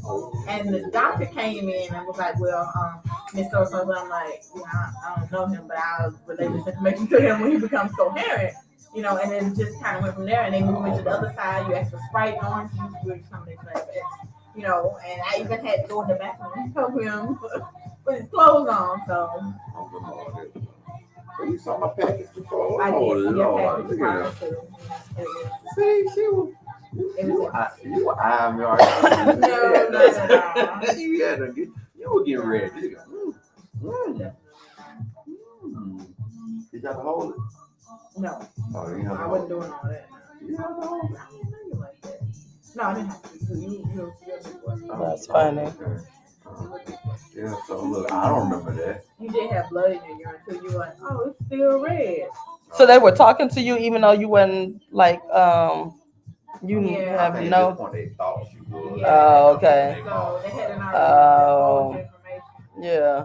But I was like, I'm taking this in and I don't mind, relaying information to it. Yeah. It was just because he ate some chips that had beets in it. And It was it actually was before, it was abnormal. I did have blood in it, and that's what had me going. You see what JJ wrote? Yeah, That's that's my MS. Oh yeah, Mama Bear said, pretty good library on the water. Yeah.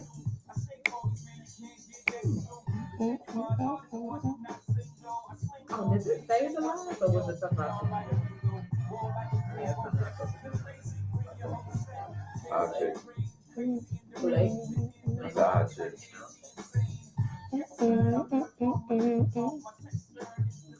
See the pack.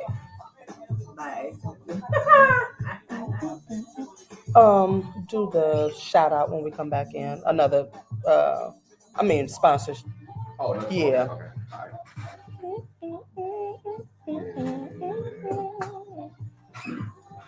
It was I think it was a divine connection from the beginning. She tried to run from it, but I was going through my separation in my marriage. You were what? Separated. Okay, during that time. Yeah, so she didn't want to see another relationship for what it was. I don't see another relationship at all. That person had me really thinking about going to the other side of the protocol altogether.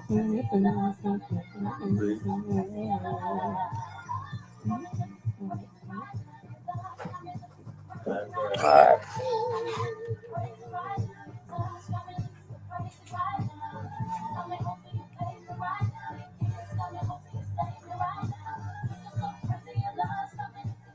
Five, 4, 3, 2.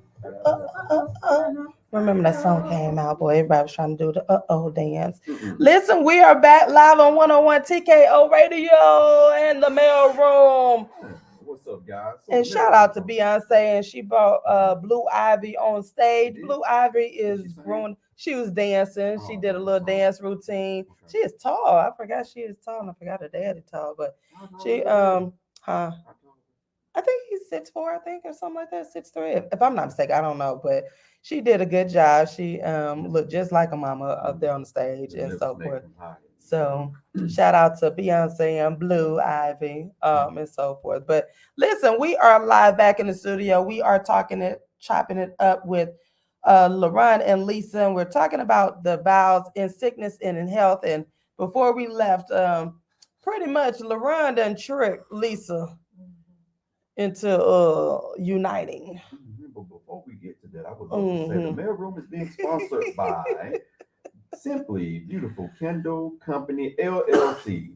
Connect with Simply Beautiful on IG at Simply Beautiful Girls _ Guys, these candles they smell good, and they are created by these two young ladies.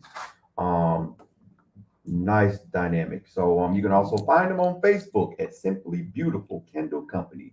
Visit their website www.simplybeautifulcandles.com. Good God Almighty. www.simplybeautifulcandles.com today. Also, Playbook Investment Group. Connect with Playbook Investment today for your investment needs. And if you're ready to make that play, go to at the mailroom 7671 and click on the link in the bio so that you can go ahead and start your playing with the Playbook Investment Group. Also, I'm telling you, if you have problems and you're looking to fix your relationship or just yourself in general, we have Tender Loving Care Coaching by Trinette L. Collier. If you're ready to build a healthy relationship with yourself, connect with the certified relationship coach, TaShon, the boss of the mailroom. You will want to visit her at IamTrinetteCollier.com and the playbook, not playbook, let me stop playing. Visit IamTrinetteCollier.com, LCollier.com, and book your discovery call today. It was the book that threw me off because it got a bunch of playbook in the playbook. Yeah, all up in there. Yeah. She's gonna fire me before it's over, but that's all right. That's okay. I'm gonna let it pass today because I'm on the cloud nine. But I did not trick her. You didn't trick her. Yeah. It sounds like you tricked her. God's You plan. know how words can be a curse, words more than curse words. That's what I like to say. Mm-hmm. He started walking around. Oh yeah, we married. Oh yeah, that's my wife. Oh, we married. Mm-hmm. So yeah, he just It's went that ahead. talking in existence. He put them curses in the air, and yeah. So See? he kept saying it until it just manifestation and manifestation. So after that, after you got through your hospital stay, your doctor stay. I drove around home and went about my business. I don't think we talked for a couple of weeks after that. Wow. So then y'all reconnected, and then he did the wound. Y'all dated. Yeah, You so I dated. did, yeah. And you knew. Yeah.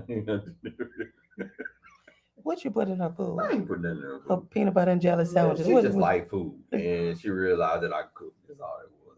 And so, yeah. But y'all had these talks about your MS, right? Yes. Okay. Yeah, You had yeah. the talks about MS, and this is when you decided, Lisa, that this is possibility that I can walk this journey with him. No. Okay. No, it didn't happen like that. No. You didn't fall in love and say, "Oh, I can do it." No. Okay. I still. You're a bad wife. I still How say to dare myself, you. Some days I don't know if I can really, care for him in the capacity he would need to care for him. If I he think really a lot of got people down doubt. out. But I am going to try my best. A lot of people doubt themselves. Yeah. And I don't put that in. And Yeah. I'm not the one to say that I will be upset if she came to me and told me I can't. Yeah. And she hasn't seen me and at my worst. Right. It ain't But I've seen enough others at their worst to be like, oh, okay. Yeah. And she's seen some of my friends. And Yeah. she's like, we have one friend now. She went down so fast after her mom died. And it is so sad. But we love her to death. And Shout out to my Jay-Z crew. yeah. Is again, we get diagnosed with this. And the first thing that they'll tell us is that in so many words, and guys, doctors don't tell you this, but in so many words, they're practically telling you that at some point you're gonna die. We're gonna die anyway, but this illness is gonna kill you. And that's pretty much what they're establishing to you. That at some point you're gonna go down. You gonna go to a point that you just gonna need help.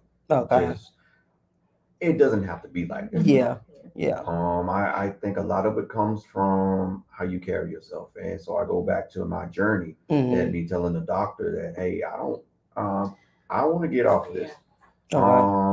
So with him saying he wants to go, it's not the first time we've had that conversation. Discussion.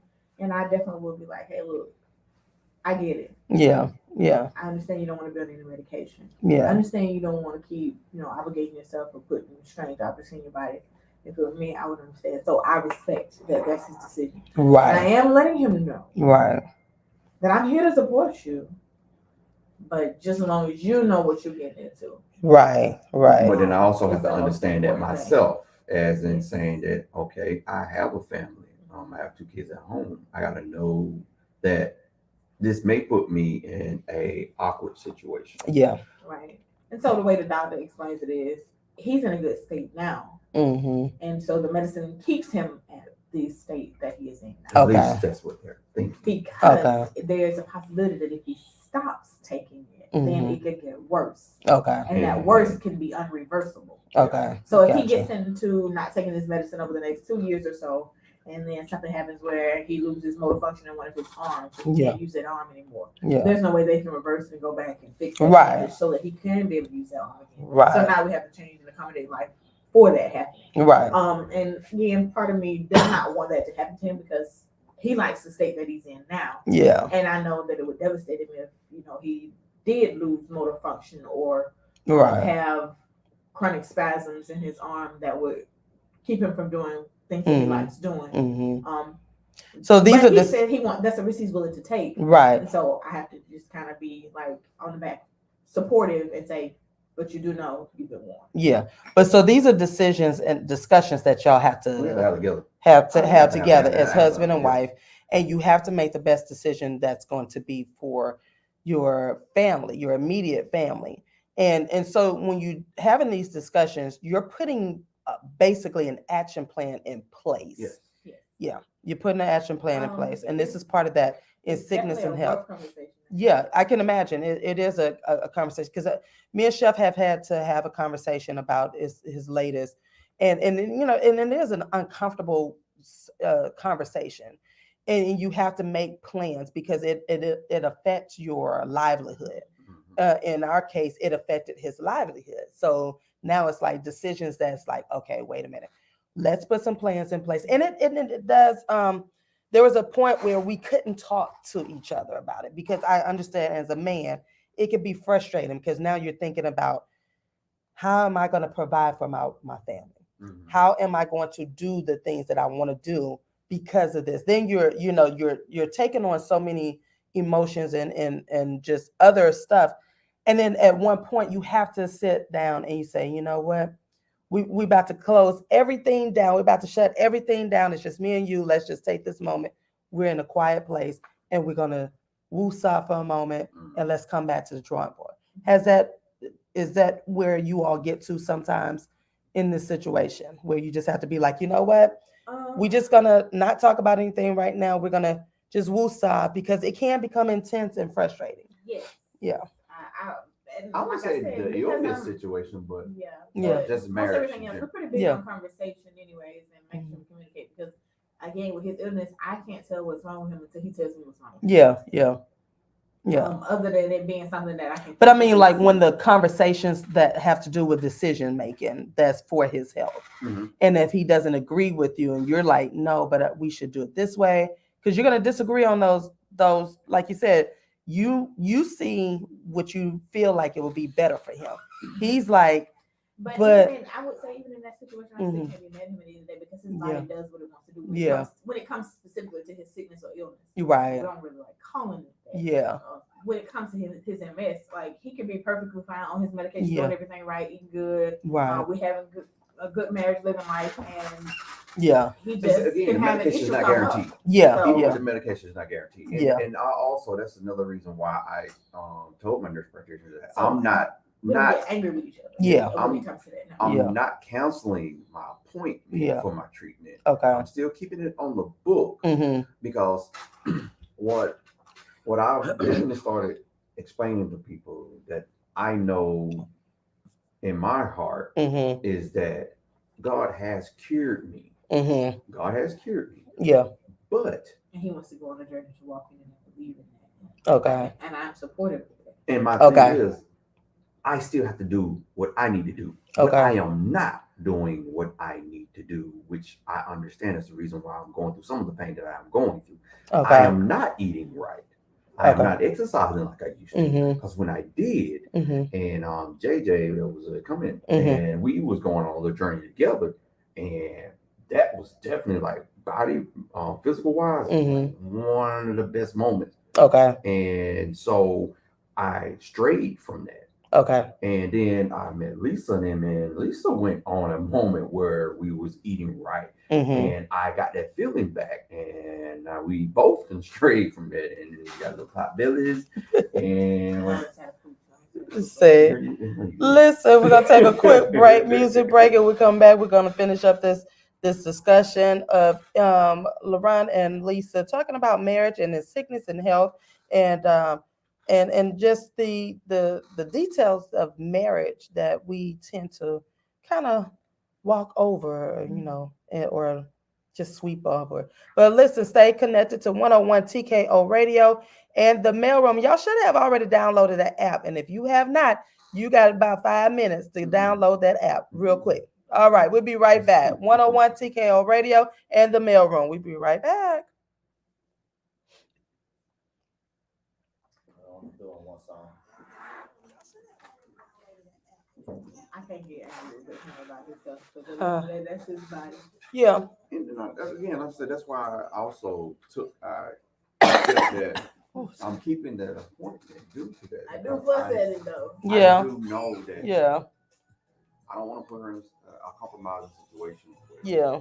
Force her to take care of me when I know right. that I need to be doing it. Right. And so I'm keeping my 6 month appointments on the calendar, giving myself those times for us as a whole okay. to do right. Okay. Because I also know if she's not even doing right, health-wise, it's going to mess her up too, because it's diabetes on the side of her family. Yeah.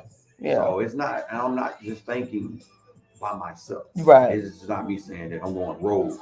Right. I'm telling my doctor, I don't want to. Yeah. Right. So right. That's the thing that yeah. I'm really looking at. Yeah.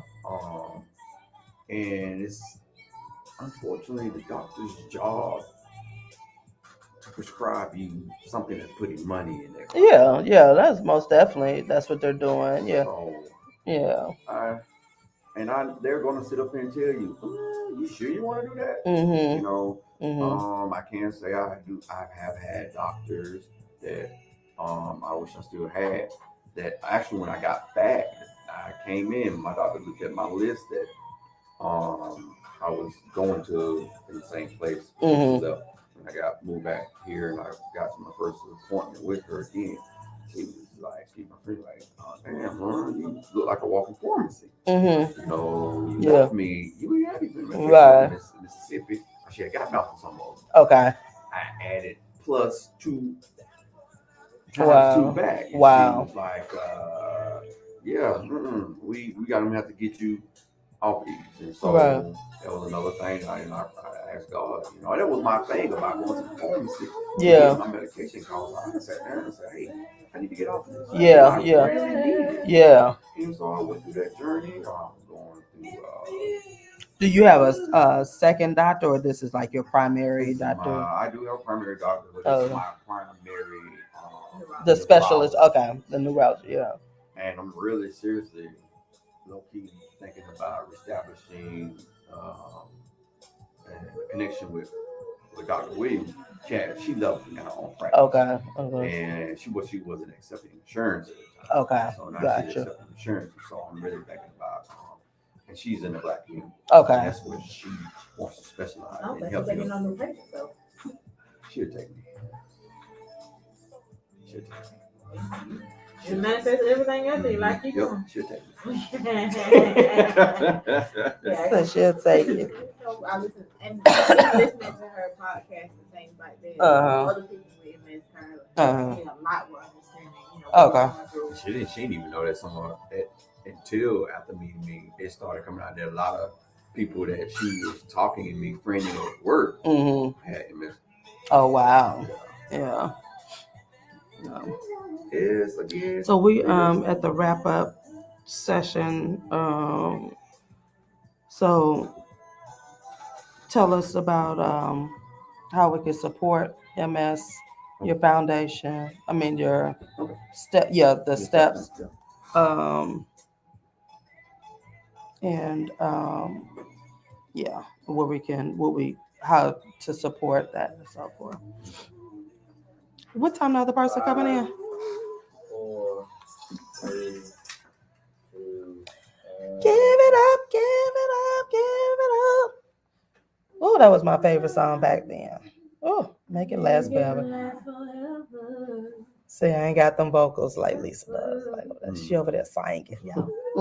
Listen, we are back live on 101 TKO Radio and the mail room. We are having this very insightful culture conversation with Lisa and LaRon about in sickness and in health, the marriage vows. And, you know, the question that I pose always to potential clients. Again, I'm a certified relationship coach. I am not a dating or marriage coach, but a lot of my clients will come and they say, I want to get married and I want to have a boyfriend or whatever. And when they say they want to get married, I start asking them, why do you want to get married? But And you know, they should want to answer that question. yeah, Do you love yourself enough right. that you would marry yourself? Do What, you care enough that you right. would take care of you? And how would you take care of you? Because if you got sick, what are you gonna do? And so when I pose this question to people, like, what are you going to do when your spouse comes home and has an incurable disease, or, or just been in a car accident? Yeah, what are you gonna do? Yeah, what are you going to do? It's easy on the outside to say, "Oh, I love him," or "I love her," and I'm gonna do whatever I got to do. But baby, let me tell you, Action It come can be in. very stressful when it comes down to it can like that. turn your world. It's a trial and tribulation that you may not be ready for. Now, not saying that you're not, because none of us are really ready for, things of that nature. But will you be able to endure? Because it will change your life. It will change your relationship. It would change everything about that moment. It can make you stronger as a couple. It can break some people apart. I know some people who honestly that said I could not handle my mate being sick and I had to divorce.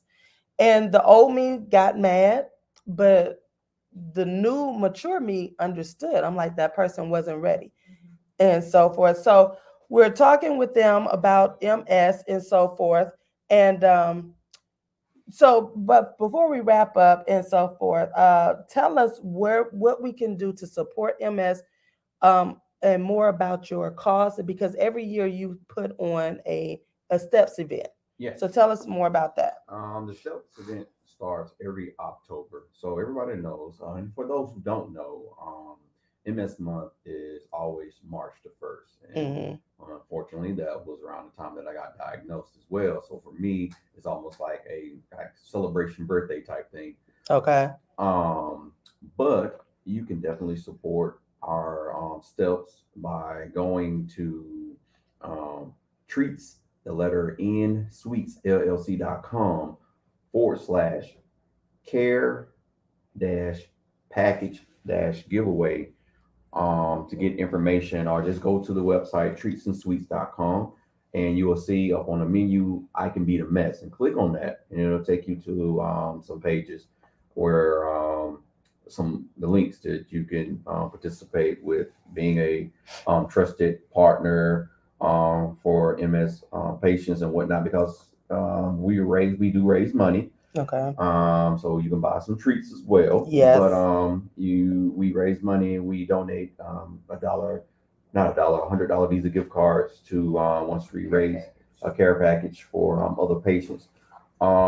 Because we're talking about through sickness and health, and this is something that when I'm talking to other warriors, that is almost an epidemic when it comes to marriage, where people are leaving because of that they can't do it. You're not the person that I married anymore. You can't do this job, and especially with women, the men are leaving due to, oh, you're not my wife anymore. I've heard it so many times, and it's heartbreaking. Or men, because they can't perform, because they're for my first early 20s, I developed ED. Okay. And funny thing, I thought I sexed myself out, but it was a early sign of my multiple sclerosis. Okay. And it wasn't until I started taking treatments where I regained control of my body part. Okay. So it's a sad thing, and it is a real thing. You're starting to see commercials about the medications and whatnot, and we're hearing shows talk awareness and stuff. The characters in some of the shows, and and it's, I don't know. Our world seems to be really surrounded by MS. We try to make sure our marriage doesn't get overshadowed by it. Okay. We do have our Facebook group. Y'all participate in I Can Beat a Mess. I Can Beat a Mess. Okay. And it's spelled just like that, ICAN BEATMS. Okay. That's on Instagram and Facebook. Okay. So And we also post on YouTube. We do different informational sections. Mhm. And it's kind of like a support group in the community. Okay. Of Okay. MS orders. They're really sweet people. Right. They're humans, Yeah. just like the rest of us. Yeah. Yeah. And they're amazing. Yeah. Yeah. That's awesome. That is, it's very encouraging to other couples who may be going through and say, you know what, we don't know how to handle this as a couple. I kind of know how to handle this, handle the disease, but it's affecting our relationship. And and it's always good to have that support when others can say, yeah, this is what we're going through, or this is the decision that we got to make, and I don't know if my mate can handle this and that. And so it's very good to have that support. It's good that you all have formed. Now, did you all form the groups, or they were already formed? no, I actually started it in Okay. in 2014. Okay. Yeah, I started the group in 2014. Okay. In my previous marriage, because again, she couldn't help. She couldn't understand. Okay. I would come to her in pain and all, and just trying to get her to understand. So I can't help you. Yeah. You need to find your support group. Yeah. Sometimes I will tell him, I can't help you that. Yeah. I don't understand it. But I don't. It comes from a different place. Yeah, than yeah, her. yeah. But I don't hold myself in such high regards that, I'm normal. And you're Right. not, You're being honest. Like, Yeah. I'm not sure how to support you on this, And at the end but of the day, I anything will. can happen to me too. Right. I can't say that I'm not gonna need your help. Right. Yeah, so that's how the other person was. She was more or less, I can help you, but oh my God, I'm so sick, and I need you to stop feeling bad about yourself. Not saying that I was, but I just need you to stop having your mess at the moment and take care of me. Yeah. There's no stop button on it. Yeah. If I could erase it, I would. Right. If I could take it from Take it back. I am blessed. I tell everybody that I am blessed with her. Yeah. I don't right there with him with my glove on. Yeah. Yeah. You gotta be. You have to be. You're a team. Yeah. And that's part of marriage. You're a team. And when people go into marriage, and again, this is not to discourage anybody. I encourage, if this is something that you really want, if you desire to be married, like I tell women, especially my friends, if you desire to be married, that's a beautiful thing. But a lot of times the reason why you're not married right now, because deep down inside, you're not understanding what the intricate details of being married requires. Mm-hmm. And when you get to this point of in sickness and health, for better or for worse, and I think I'm going to create a series just for that, just to break down some of these vows, because even for the better or for worse, rich or poor, going back to our discussion last week with the bus driver thing and whatnot, rich or poor, like a lot of these commitments that we're just saying, we're not honoring them, and we're not taking them to heart, and because we don't understand it, we're just saying it, and really not giving any thought that sickness and health is real. Right. And I would say, all titles aside, all vows aside, I love myself enough to love me just as I am, and I would hope that we hope that we all find someone who loves us, flaws and all, and takes that in and says, "Hey, I care for you just as much as you care for you." Right. Let's make this work. And I got that in my person. Yeah. So listen, what's next for you all? What's going on next for you? I don't know. Maybe we can take this thing to Dubai or something. Speaking. No, we're looking forward to growing together. That's our main goal. Maybe world fame and fortune is for us. Maybe it's not. But just making sure that we keep that solid foundation between the two of us and grow and glow. And if other people see it as an example, then cool. And I think that's really what God is pushing me on, creating the podcast and whatnot, and focusing more on that than anything. Definitely in the Black community, is our relationship is not to gloat. It is just to show that this is attainable. This is attainable. Yeah, it can be done. And again, it can be done. This is what I don't want people to get discouraged. It can be done. But just know that through those trials and those tribulations, you're going to have to work. It's gonna be ugly. You're going to have to cry and so forth. It's going to take a lot. So listen, we're going to take one more break. And when we come back, we're going to wrap this thing up with LaRon and Lisa and the mailroom. We'll be right back on 101tkoradio.com. Just okay.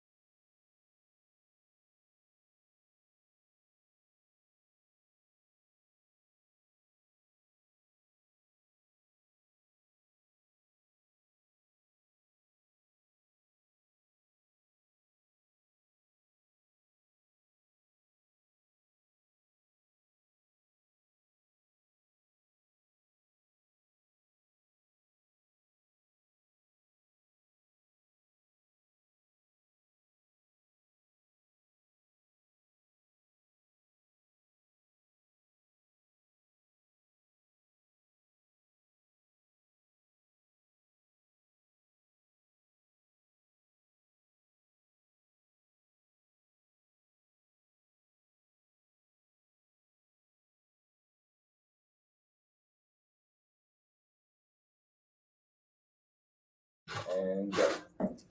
And we are back live in the mailroom, 101 TKO Radio. We are wrapping it up. The Plush Lab says very thought-provoking conversation. Sometimes illness is a hard thing to discuss with your partner. And that was the basis of our conversation today, for better, for worse, sickness and in health. And we didn't even break down the better for worse. And I think I'm going to do a series on that. I don't know. I got to go home and pray about it because, again, it's not to discourage people from getting married. It's to enlighten what goes on in a marriage. And sickness and health is one of those segments in a marriage that can take a toll on you. And it's a real thing. You have to be honest with yourself, and you have to say, I'm not sure if I can handle this. Or you can go in and say, you know what, I'm built for this. I'm ready to take care of somebody. Yeah. As I shared before, in my first time around, I thought in my head, I was ready to take care. I could take care of everything else. But when it came to that sickness and health, I was like, oh, I'm like, oh, no, I can't do that. But now I'm here. I'm mature enough in my walk. I'm mature in my marriage, and just mature overall to say, this is something I can do and I'm willing to do, and so forth. So listen, we have a lot that's going on with 101 TKO Radio. Make sure you download that app so you can keep in contact with what's going on.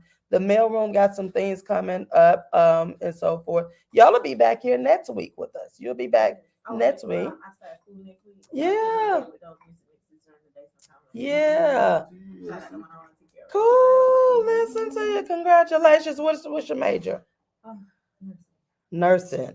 Oh, so this is right up your alley. She's gonna be nurse and then nurse practitioner. It's something I've always wanted to do. Yeah. I got my bachelor's in biology with nothing else behind it. So okay.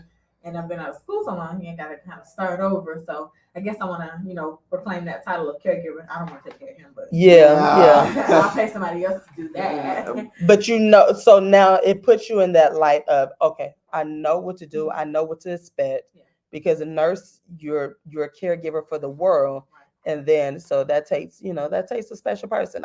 My hat's off to nurses because I'm a natural nurturer. Yeah. So, like I said, for me, it's second nature for us. Yeah. Like even you being my friend, if you'd have been like, "Hey, I'm down bad," yeah, help, she would have like, been the first if you would have allowed, yeah, I would have been like, "Oh yeah, I got a couple days I can take out." Yeah. And see, I'm that person that I can. I'll say no. Yeah, I'll say no.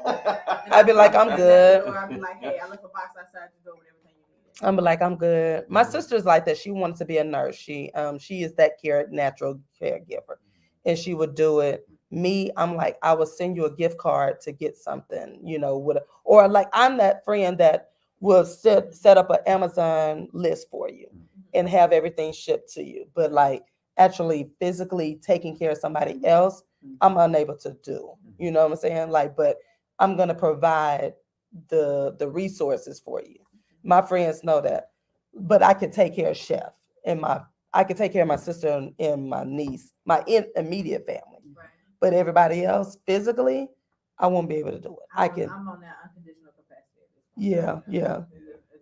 And you have to understand your role, Like I won't be able to say, oh, I can come and clean you up. I can clean your house up. You know what I'm saying? I've worked at a public restaurant and cleaned toilets for other people. So just say, I might as well just wipe somebody else's butt and get paid to do it.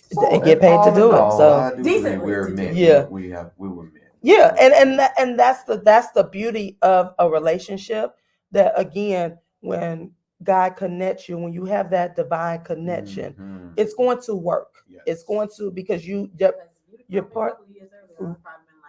Right. Because, and again, that's because now you're more mature in your spirit and your soul, your mind, and like this is took me through a ranger. Right. I'm working on my book for that.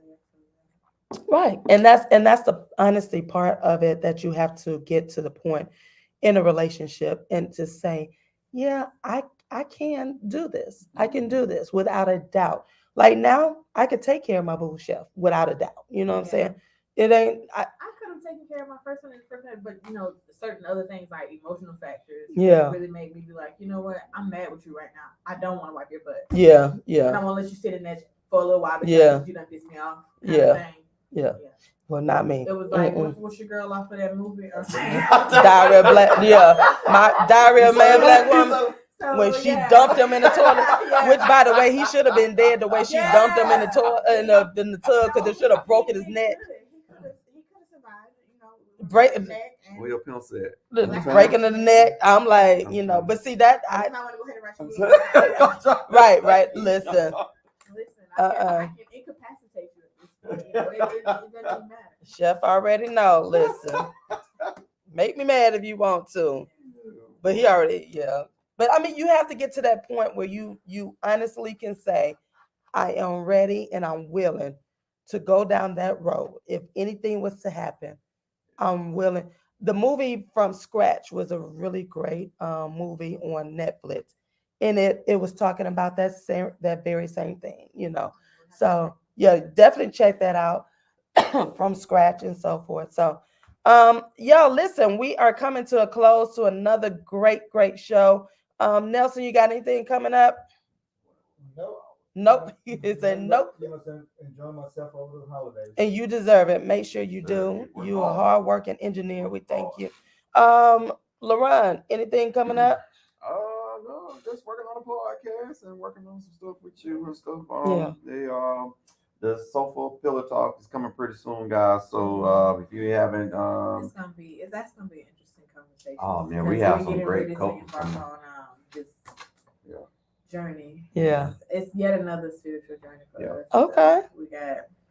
I guess we do have a lot going on. Okay. Well, we're looking forward to that. Landon, you got anything coming up?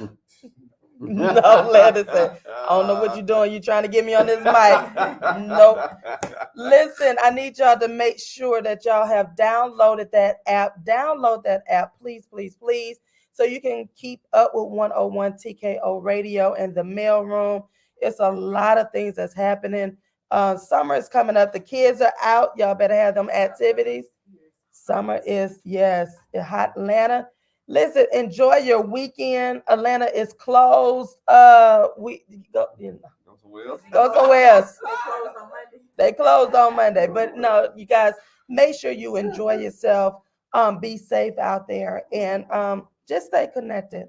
And until next week, y'all. Oh, we got a fascinating show next week. Oh, yes. Yeah, next week. You trying to make me be in the studio? We're talking about deal breakers again. Pay some money for you to be this is a conversation. I love you, but your feet are ugly. And on that note, we're out. Peace. They ain't rubbing them ugly feet. I gotta see you some money to get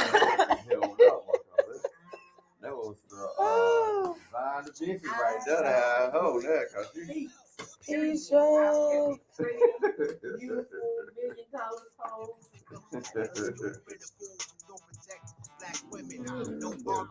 That's funny.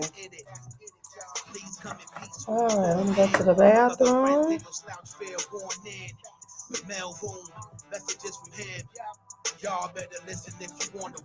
Thank y'all for tuning in.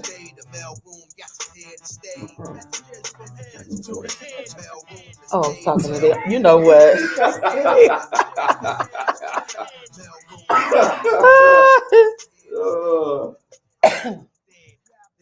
Peace.